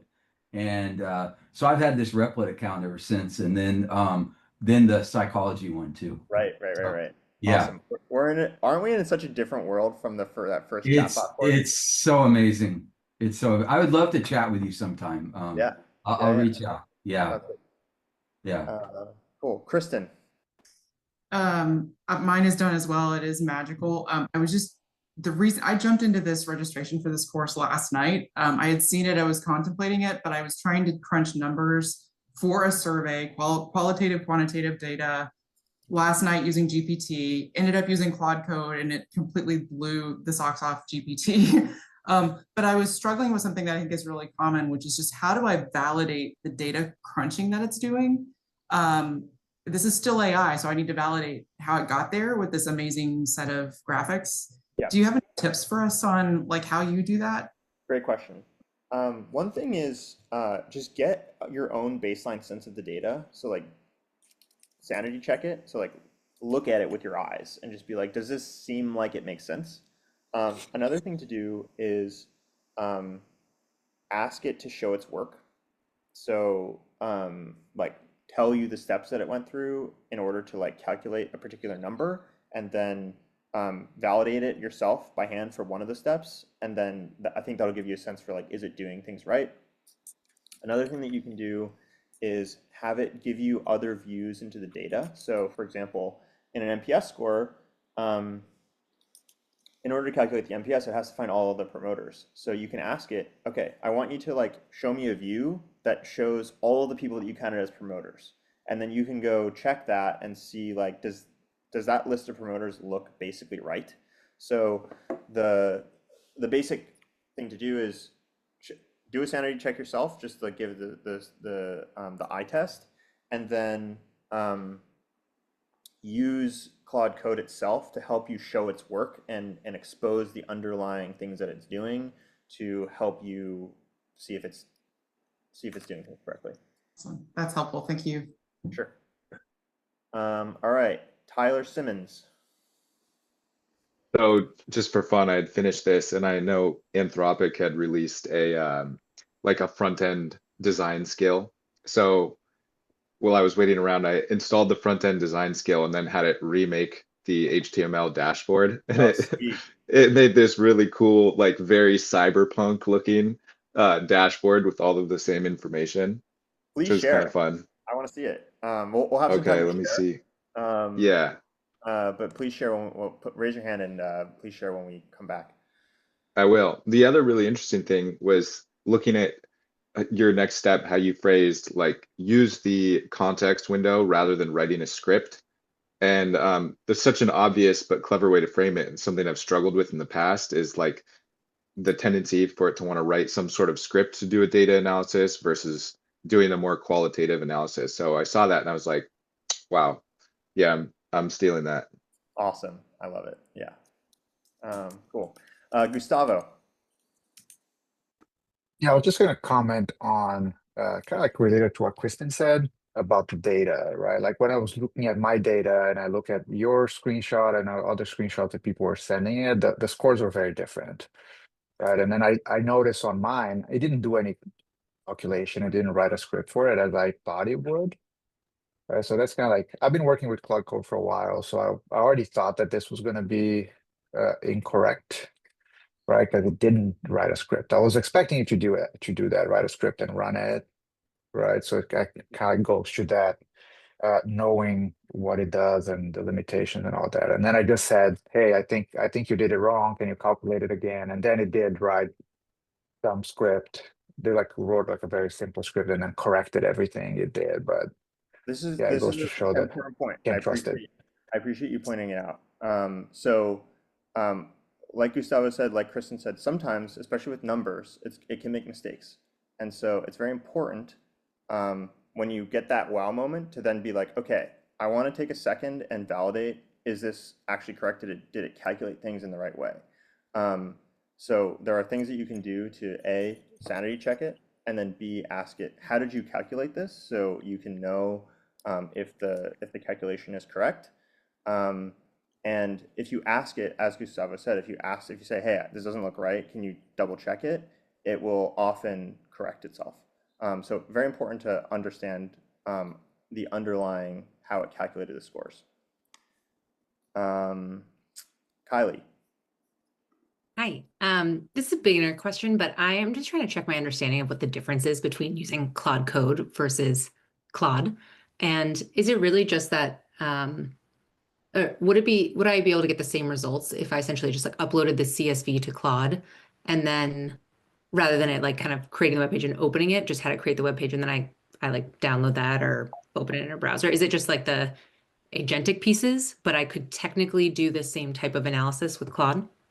You could technically do the same type of analysis with Claude. The difference is, or there are a few differences. One is because it's on your computer, it has access to many more tools and many more things that it can do. So we're like starting in a particular place that you could technically do with Claude, but as we get further and further down the path, it's going to be harder and harder to do this stuff with Claude. Claude is also pretty limited in terms of context window size. So if you're working with large data sets, this is actually something that you probably can't do with Claude. And the things that artifacts let you do, so Claude artifacts is the like web page renderer. There are certain things that it's like good at and certain things that it's not good at that Claude Code is. It's a more flexible tool. So I would say there's overlaps and Claude Code is just a bit more powerful. Thank you. It's very cool. I just want to make sure I'm understanding what the. Yeah, Thank makes you. sense. Also, I would say one important thing is ChatGPT is Claude in the app is it's designed to be more conversational. Like it's designed to go back and forth with it, and Claude Code is designed to be just more of like a power tool that just goes off and does work and comes back. Cool. Nosley, I think. Let me know if that's how you pronounce your name. Yeah, I go by Noz. Hey. Cool. I was just wondering if you could tell us a bit more about how you guys do design at Every. Because yeah, like I haven't been able to, use any of the vibe coding tools and not get like AI slop so far. Good question. Yeah, I mean, basically, if you're just asking it to like do something without giving it like specific designs, it's gonna do stuff that looks like what everyone else does.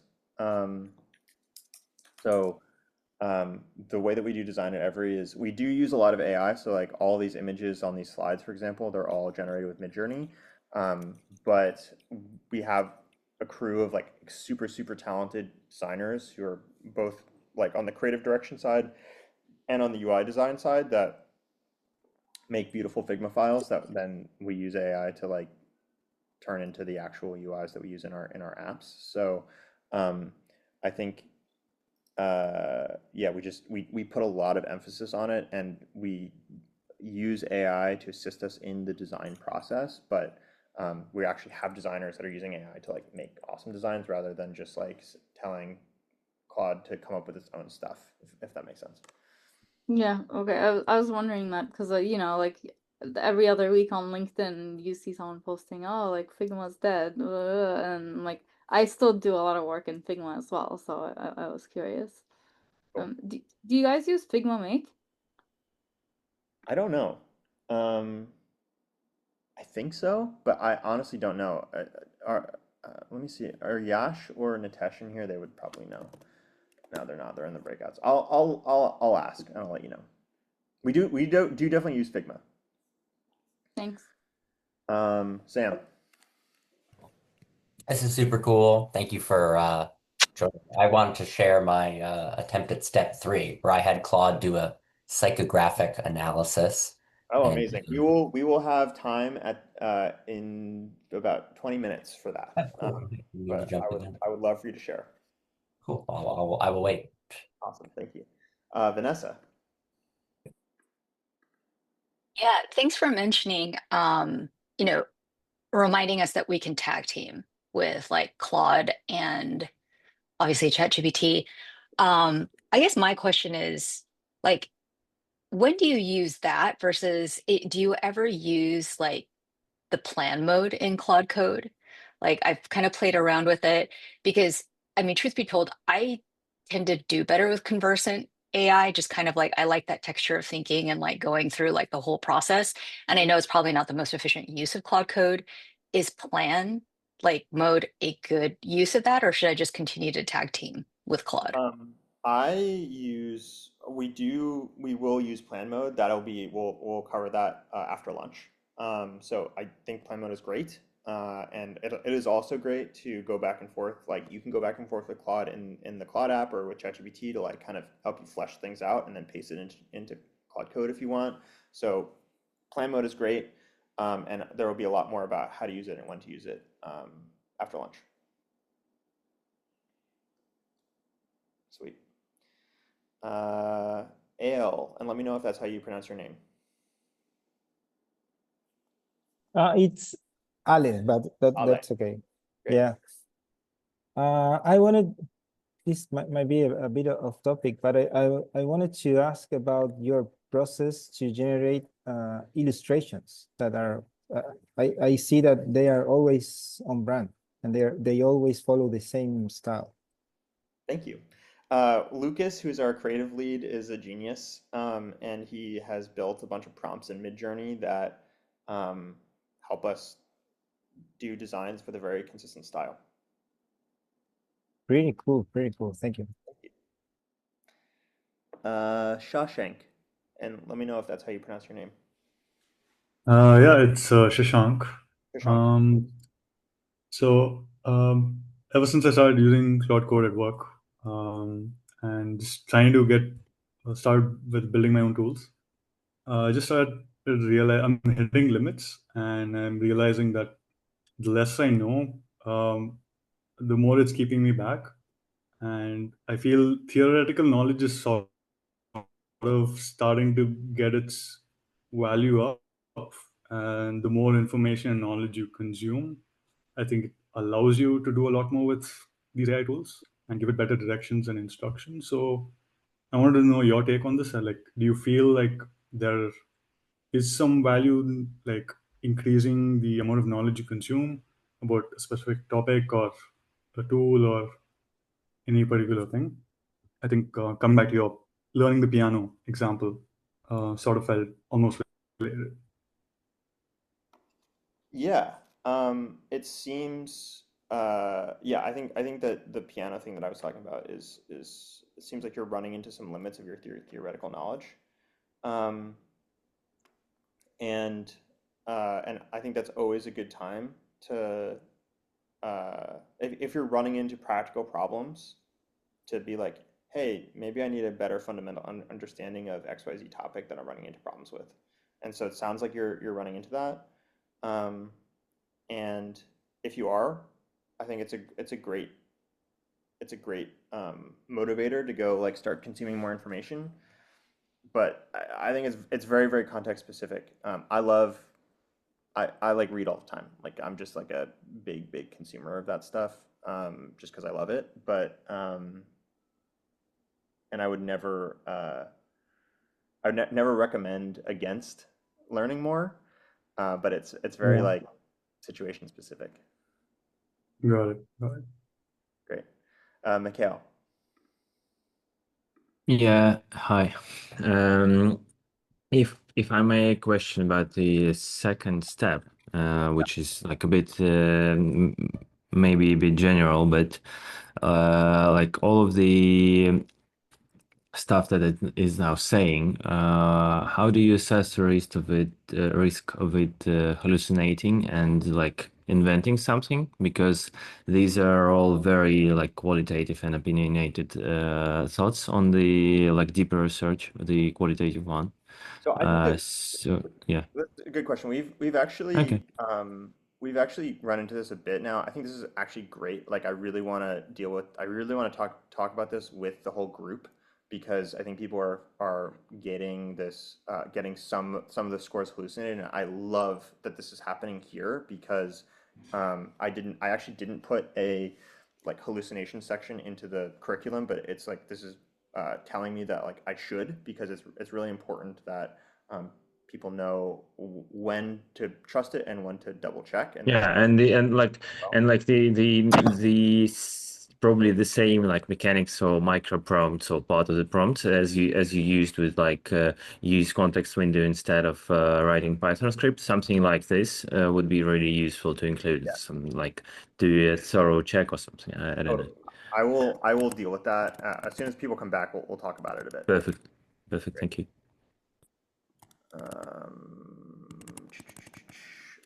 Who? Natalia. Thanks, Dan. Similar to what Michael just asked, but more specifically what I've noticed with Claude and Manus and all of them, they get lazy and like that suggest the path of least resistance to any problem until you really ask them to like do a proper job.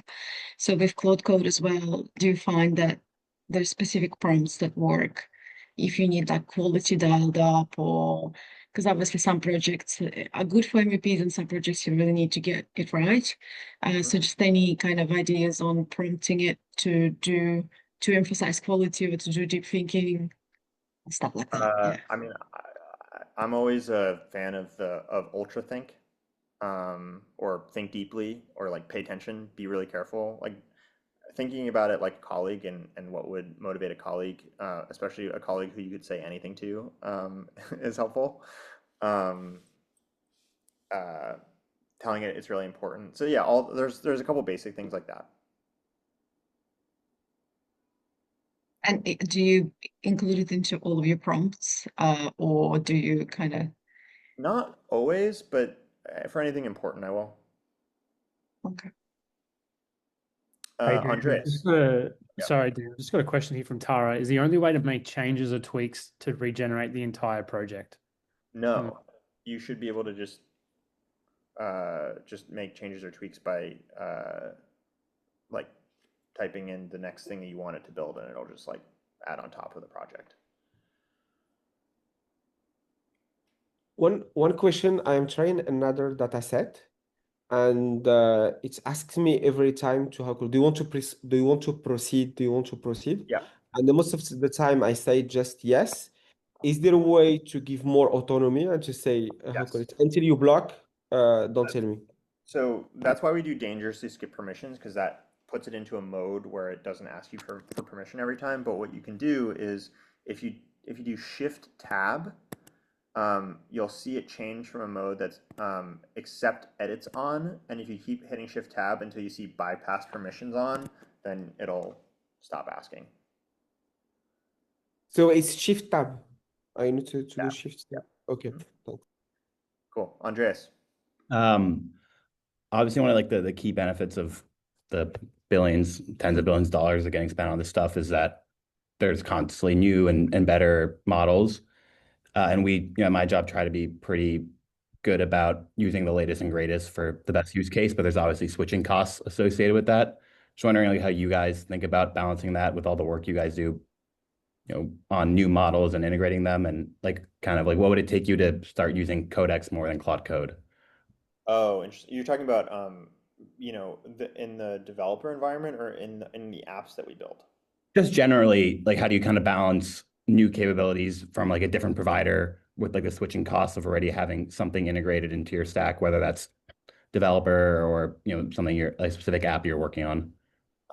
I think generally, well, our job is to test new things, so I think we lean more towards just like trying a bunch of stuff. And with a lot of the terminal things, because they all run in the terminal, there aren't really that many switching costs, because like all of the settings and stuff is just like plain text files.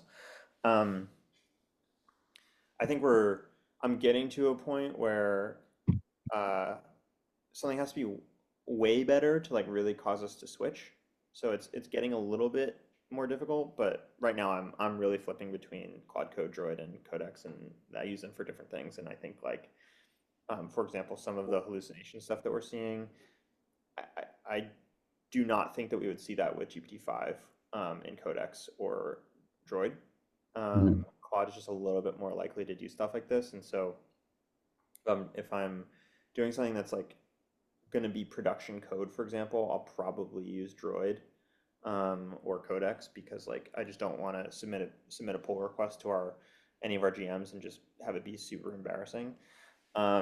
but Claude is just a little bit friendlier and easier to work with, I think.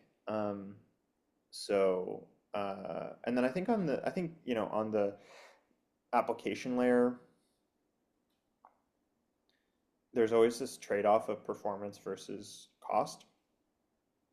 And generally, what I try to encourage us to do is use the latest and greatest if it truly unlocks something, because it's going to be 10 times cheaper in a year.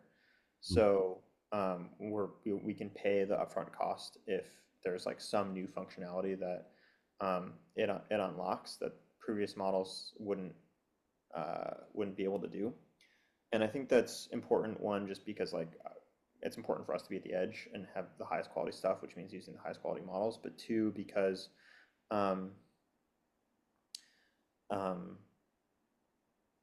if you're trying to use a worse model, you often end up building a lot of stuff to like make that worse model perform better that you would not need to build if you're just using a better model. It just like eliminates a lot of the scaffolding. And so you're kind of paying, you might be paying less in terms of API calls, but you're paying more, you're still paying a lot in terms of developer time and headache to like build this whole inference layer, like harness. And that cost is going to go down so much so soon that it's like probably not worth spending the time. It's my current thought on it, but different people are in different positions. So it's, yeah. Makes sense. Yeah, we definitely think a lot about the deflationary cost of these things. So on the same page. Josh. Hey, Dan, nice to meet you. My question's related to a couple other questions on the terminal versus the actual chat apps themselves. And specifically, the efficacy of MCP is super clear. You just demonstrated it with the NPS survey, and that's awesome. But one of the ironic downsides of the MCP terminal interface is that basic things like checking your chat history or picking up where you left off is cumbersome, to say the least. So I know there's a few ways to get your history and continue where you left off, but in your opinion, what's the best way to do that with Terminal and Claude Code specifically? So if you start Claude with the continue command in a particular project, so Claude -- continue, it will just pick up where you left off. That's the best way to do it. And do you find that works well if you're running multiple terminal windows at the same time? It should, as long as you started Claude in the project directories for each parallel project you're working on. Got it. Okay, that's super helpful. Thanks. Of course. Nozzle. I was just wondering, so you said you guys never really write manual code anymore. But like when I was using the vibe coding tools, for example, sometimes I realized I would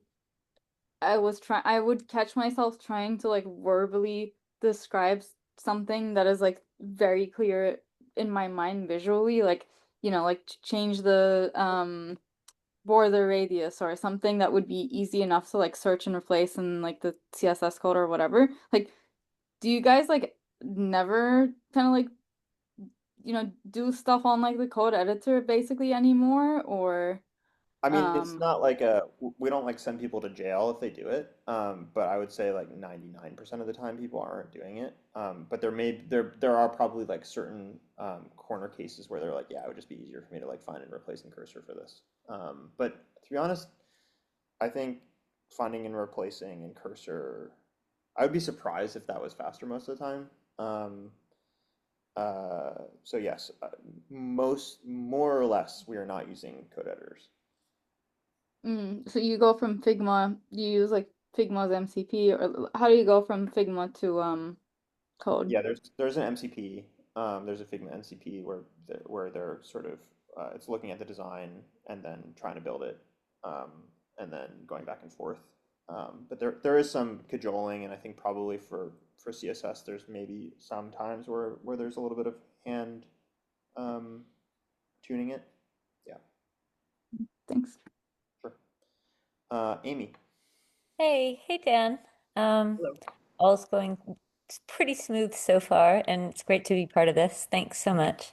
Thanks for being here. Just now that we've done exercise 1 and proceeding to exercise 2, which unlocked a whole other series of insights, is there an ideal way to formulate questions or prompts for Claude Code versus just, being in ChatGPT or Claude? Like I noticed when in the notions, what do our promoters think we are? Anything else you think is interesting? Those feel pretty casual, but they're not, it's not like talking to a friend as you might in ChatGPT. Is there an ideal language for Claude Code? I would say the the way to understand if a prompt is good is imagine that you were given the prompt by your Mm-hmm. boss or something like that. Mm-hmm. Would you be able to do the task? Mm. And that's all the information you had. And would you be able to do it well? Right. And if the answer is yes, then it's probably a good prompt. If the answer is Okay. no, then there's probably more detail that you probably need to add in order to tell it to do a good job. I will say though that one of the things that we're doing, you'll notice so far, we have not done particularly detailed prompts. It's just like, Right, okay, go right, do right. this. Yeah. We're gonna move into a mode where we're doing a bit more detail and we're like thinking more about like exactly what we're telling the AI to do. And I think both are helpful. What we're doing right now is we're just doing the quickest thing we can to explore and see like, okay, what can we make and what does it look, Mm-hmm. what does the data look like, all that kind of stuff. Mm-hmm. And then once we've done that, we're going to move into a mode where we're being a little bit more careful and we're making a more detailed plan for exactly what should be done and how to do it. That works. I think that you look at terminal and you think you have to speak to it a certain way. Speak to it like a person. Great. Thanks. Dan, just Uh, jumping in here quickly. We're going to close the rooms in a minute or two, so we'll have everyone join us back here soon. Perfect. Okay. I'm gonna take a minute, and then we'll come. I'm gonna take a minute, and we'll come back in a minute to share what we learned.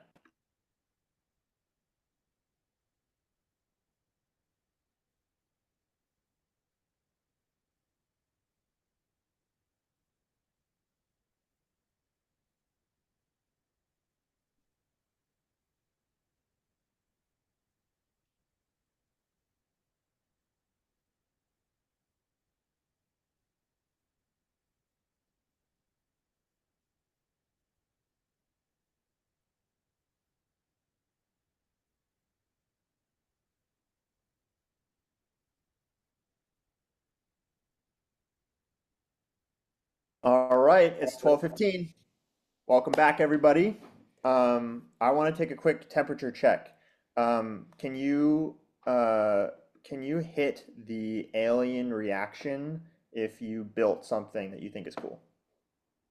Dan, just FYI, we've got about 50 seconds here for the other folks to join us. There's a handful coming back. Well, we'll let them react, and I'll wait. We got a lot of aliens. This is pretty cool. I love seeing this stuff. It's the best.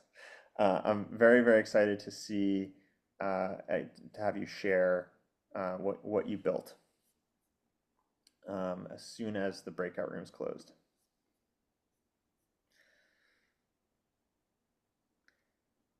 I'm actually curious. Maybe another one is hit. Let's find a good emoji reaction for this. Hit this ta-da reaction if you ran into a problem that you were able to solve yourself. Either yourself or with AI. Let's say that. That's cool. That's pretty cool.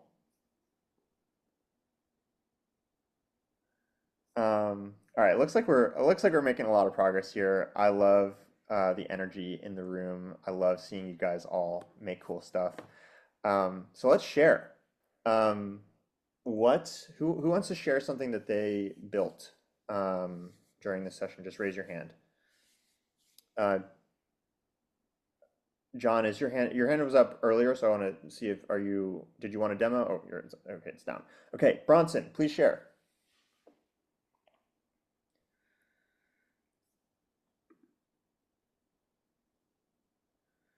Thank you. So I took the original prompts that you gave and I just kind of went the next step. I'm like, all right, this is great, but I want to see some visuals. So I just told it, said, just create me 5 interesting visuals using this data. So this is what it came up with. Some of it's pretty surface level, just the distribution of the promoters, passive and detractors. Kind of interesting little radar chart here. Some language patterns and sentiment patterns. What I thought was pretty interesting is down here in the NPS distribution. So you see this 8 is spiking here, which is just outside that promoter range. So the promoters are the 9s and 10s. So you've got 32 that are just hanging out here, just on that edge of a promoter. So I took it even one more step, thinking of you, Dan, as a leader. It's like, all right, I want to see an executive summary of this, of just give me some highlights of where we're winning. You see monologues getting some shout out here in the mentions, but where are you losing or where can you do better? So you've got multiple 7s and 8s here, and they all seem to indicate that it's due to the MAC limitation. So you've got some people that are there that are really hungry for it, but the MAC only aspect of it is keeping them.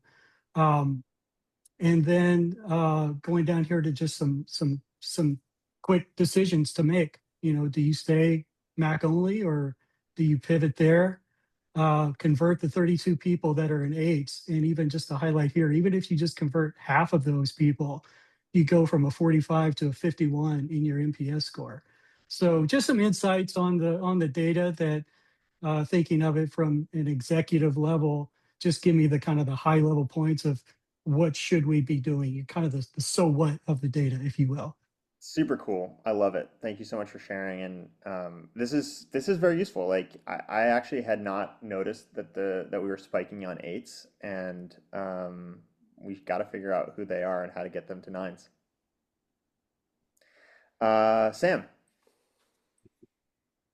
Yeah, this was really fun. I took some time to try to spice up the visuals as well. I'm a big fan of Edward Tufte and his visual analysis, so I tried to combine some prompts and hey, make some style graphics and make some graphics in the style of Edward Tufte, and then also act as an expert in data visualization. Some of the stuff was already shared, but I thought the response length was pretty interesting, how detractors on average write more. I think that is something that in my business we've seen too, that unhappy people are often more likely to tell you why they're unhappy. So that was pretty interesting. Some of the kind of linguistic analysis and this idea of the word edge being kind of very common, people really feeling like they get an edge. I thought another interesting thing was kind of the impact of people who are Mac limitations, because I feel like we saw that a little bit at the beginning of the call of people who don't have Macs maybe feeling like they're not getting the same level of value. So I thought this was kind of fun, and then just cool to see how much the design could change based on a simple prompt, even without sharing Claude skills. This is awesome. I love this. It's so it feels so tufty actually. Yeah, really, really cool. Thank you so much for sharing. Wait, scroll up again. Oh. Yeah. Happy I can share this too in the chat. And I'll share literally the prompt was like just you use the style of Edward Tufte, so it wasn't any special Tufte prompt. Yeah, I think we're definitely. I love the edge. The edge thing is very cool. It's really interesting. Yeah, please share your prompt, and we definitely need to start making Windows stuff. So that's probably gonna happen. Yeah, Jessica. Hey, all right, 1 second.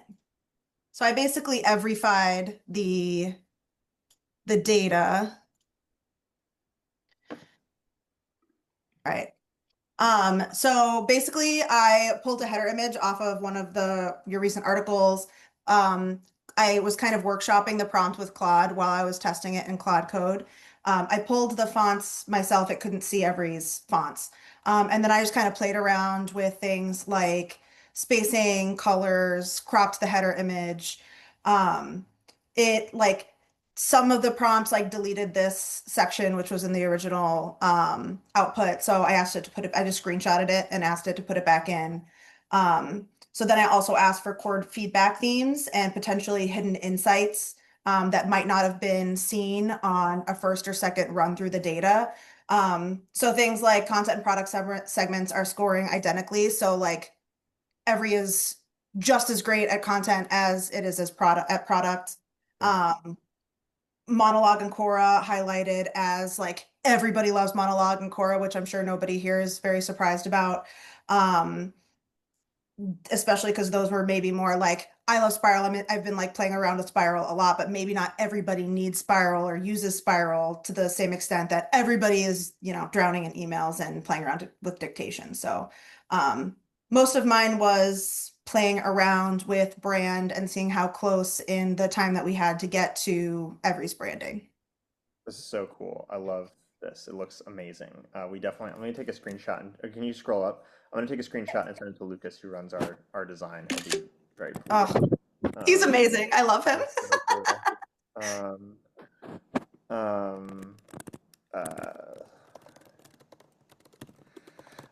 Okay, so I want to take a sec actually before we're about to break for lunch, and I want to take a sec to talk about something that came up while everyone was building, and I want to make sure everyone is here to think about it and talk about it together. So, some people noticed that the NPS score changed depending on who was running the prompt. So a lot of us got 45.1s. I saw some like 50s. I saw some a little bit lower. I think it was mostly right, but it changed a bit. And obviously the data is the same. And I also saw some discrepancies where there were like very few detractors in some of the data distributions, and there are more detractors in others. I think that's very, very important for us to talk about, because like I actually didn't even I didn't put a section in here about this, and I think right now is the exact right time to do this, and I'm glad you guys brought it up. Sometimes Claude will make things up, particularly for like more quantitative stuff. It is more likely to get something wrong, and you should just know that, and you should know if you see that, whoa, this is awesome. It's very important to know to double check, so that when you present this to your boss, or you know, make decisions for your company about this, you're basing it on something that you really know is right. So the first thing to do is, if you see something from Claude, if you make something with Claude Code, sanity check it. So make sure that you yourself are familiar enough with the data to know generally, does this look right or not.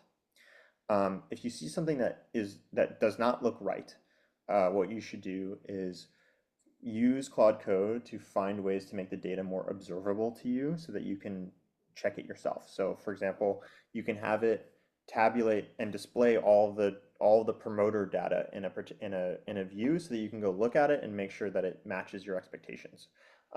You can also, for example, sometimes when Claude makes things up, it's because it's not actually doing the calculations, it's just sort of estimating. So you can ask it for any calculation to please write a script, like actually write code to calculate the number and calculate the NPS score, for example, rather than just like estimating it. Stuff like that is going to make it much more likely that what it says is accurate.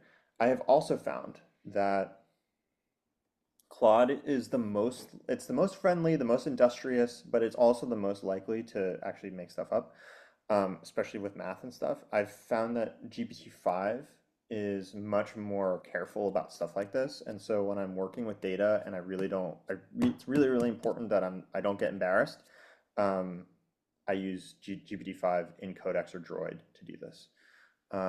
So keep that in mind too, that those are a little bit more precise. Natalia says, do you use one LLM against the other LLM to do quality checks? Definitely. It's always worth being like, hey, like, can you check this and see if this is right? They love catching their own mistakes and other LLMs mistakes. Having a diversity of LLMs taking a look at data or generating it multiple times and just seeing like, does it, like what we just did, it just surfaces errors really quickly because you're like, okay, this doesn't match. So what's going on here?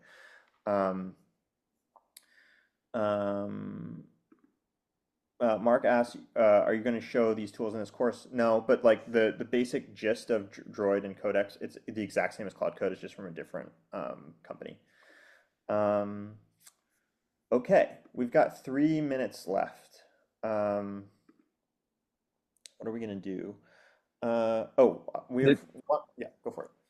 Well, there, we had some time there, Dan, just for if you wanted to talk about, the is Claude is vibe coding real, or I don't know if you had a riff on that you want to chat about, or we could also do a couple more showcases. Yeah, I should say something about that because I think it dovetails pretty nicely with this this sort of hallucination problem. It's like, is what we're doing here actually real? Does it count? Is it a real skill? Or is it just sort of like fake stuff and you can do this cool demo, but like then it's not useful going forward? And my answer is it is definitely real. It is definitely something that you can use for yourself today to be more productive and build interesting things that help you do better work. And hopefully you've seen that. I should also say there's definitely a difference between building something like this for yourself that maybe you can share with colleagues and building a real production application. There's definitely a difference. It takes like real technical skill to build real production applications. And also, I think this is a incredible on-ramp to doing that and to building that skill yourself. And between where you are now and that goal, if that's what you want, you can get a tremendous amount done and a tremendous amount out of it. So I'd say it's totally real, and engineering as a profession is like definitely going to stick around and is definitely very, very important. And hopefully what you've done so far gives you a sense for how powerful this is, even if you don't know how to code already. Let's take time for a couple more questions or showcases if people have other things they want to share. Lucia.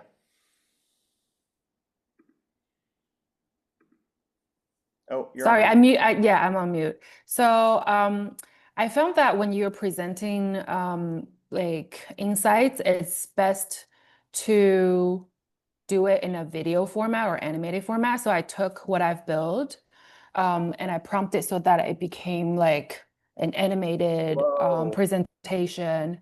And I was blown away by the results actually.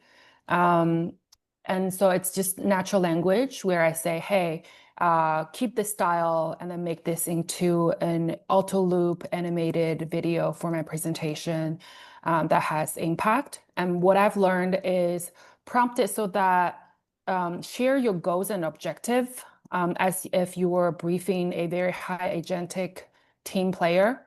And I found Claude would just understand your intention really well. This is amazing. This is honestly so impressive. I had no idea that you could even do this. Everyone, let's give a hand to Lucia for this incredible demo. I love it. Thanks for sharing. Would you share that prompt in the chat? Yeah. Thanks. All right, everybody, it is 12:30. So we're going to take an hour for lunch. Feel free to keep experimenting if you want. When we come back, we're going to do a little bit more discussion on like, okay, what is our full workflow? What does the full vibe coding loop look like? And then we're going to actually build a full app together.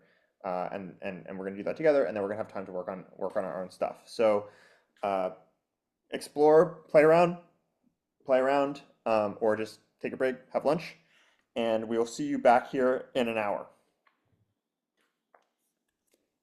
Thanks, guys. And if you have setup issues, hang here. We can help you. Otherwise, see you in an hour. Thanks all.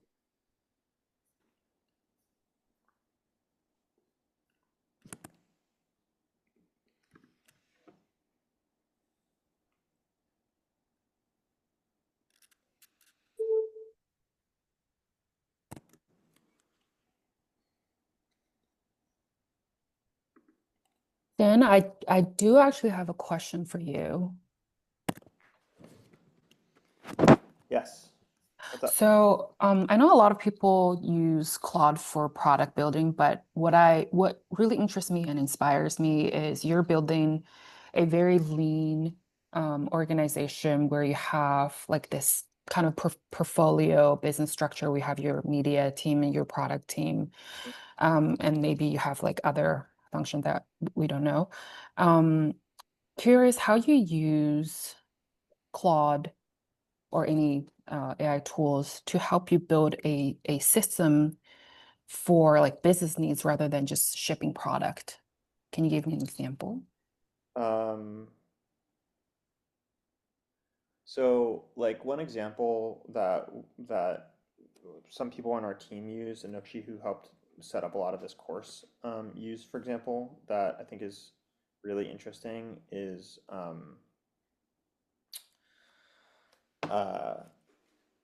Anukshi does a lot of product marketing, and part of product marketing is being able to say like, okay, here's all the things that we did, here's all the things that we shipped, and turning that into something that you can tell your users. And so one thing that Anushi does sometimes is she just asks Claude Code to go into the GitHub and like look at all the commits of stuff that we've added to the product over the last week, and that gives her a nice list that she can work from to turn it into product marketing. There are other things that we do like that that are around like gathering, for example, gathering customer support. Like we have tons of customer support stuff now, and that's totally new, and we're trying to figure out how to make our support good. So like we've literally just took all of our support emails and just threw them into Cloud Code, and we were like, okay, what are the categories of problems that we get? And then that filters into how do we respond to them? What features do we build? All that kind of stuff. So those are a couple of like basic examples where it really scales what we're able to do. The follow-up question on that is, do you tend to hire people who already come on board with like the mindset of, hey, I am able to do so much more with AI, or do you actually train your team to build this culture of, hey, here are the tools, and you might be able to adapt that to whatever function that you're in? I mean, we definitely only hire people who are into AI and like want to either have the skills already or want to learn. I'm like, it's new technology, so like I'm not expecting people to be necessarily experts at it, but having a sort of curious experimental mindset is super important.